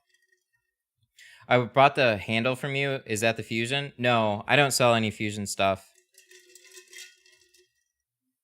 Fusion is expensive to carry. Like, that's basically it. I would, and I've thought about it, but like Tint Depot does. Tint Depot is like a professional tool distributor. So like the stuff that I have on my site, it says basics tools. Like it says basic for a reason. It's really stuff that will help you get started and into it. But there's more professional stuff out there. Ron, thank you so much for the $2 super chat. Thanks, buddy. I really appreciate that. Hey, Matt, before you go, where can I buy Geoshield? Or would I have to go to Tint Depot? No, those are separate companies. I'll shoot you links in chat really quick. So, tintdepot.com/tint stuff. This is my, basically a page that Tint Depot made for me on their site. This is a list of all my recommendations. This is where you can find professional tools. They're a huge supporter of the stream. And then GeoshieldUSA.com. GeoshieldUSA.com. That's where you can find the films that I use. Tint Depot also sells film. It's just these are a lot more professionally branded.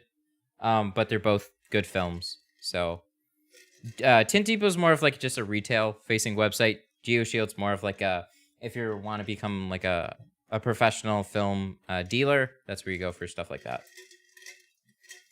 Initial thoughts, I like the handle. I like both the handles. Both of them have been fine, in my opinion. I think the feel of the Fusion's always just a little bit better. But like handles on my store are like $5, $5 or $6, something like that. So it's just like a nice cheap way to get into the industry, I guess. If you're looking to save a couple bucks on some basic tools and whatnot. Ooh, yeah, clay bar. Cool. Glad you got one.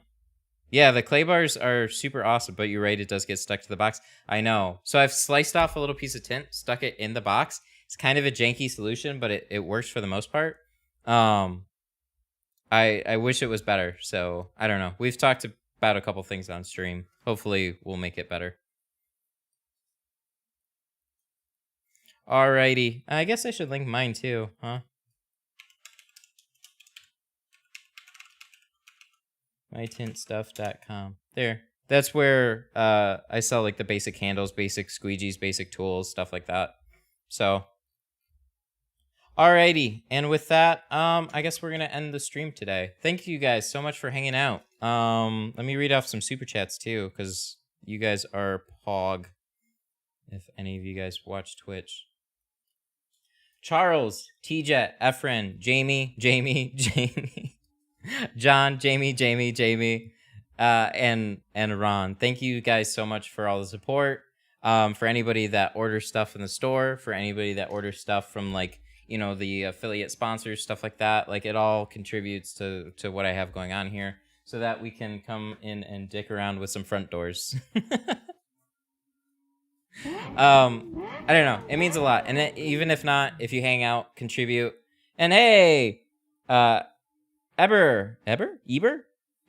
Thank you so much for the $2 super chat. No, it's my tint. It's my tint stuff. No, it's mine. My tint stuff. Now it's it's my tint stuff, and then you buy it, and then it's your tint stuff.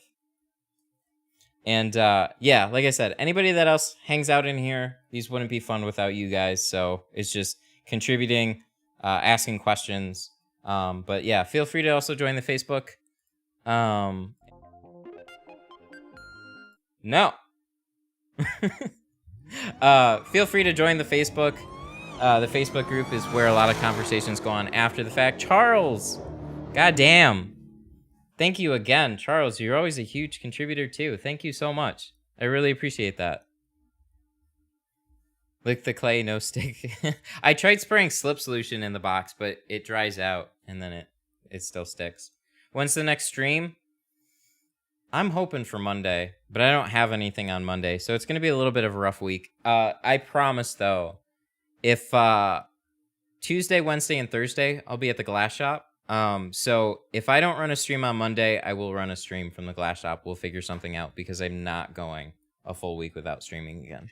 That's just fucking ridiculous. So we'll maybe do some mobile streams again. What's the worst that can happen? I don't know. So thanks everybody, and I'll see you guys. Oh, whoa. Wait. Snuck in at the end. Glass shop at the... Jamie, thank you again so much for the super chat. Really appreciate it, buddy. You've been a huge supporter too. Jesus. Let's super chats roll. Glass shop stream, Pog. That would be cool. Yeah, we'll make it happen. So it's kind of go on an adventure out from here. So, but yeah, thanks you guys, and I'll see you in the next one. Bye-bye. Bye-bye. You're an awesome tinner. Have a good weekend. Thank you. Thanks again, too, for that super chat. I really appreciate you. These are the after credit thank yous. I don't know.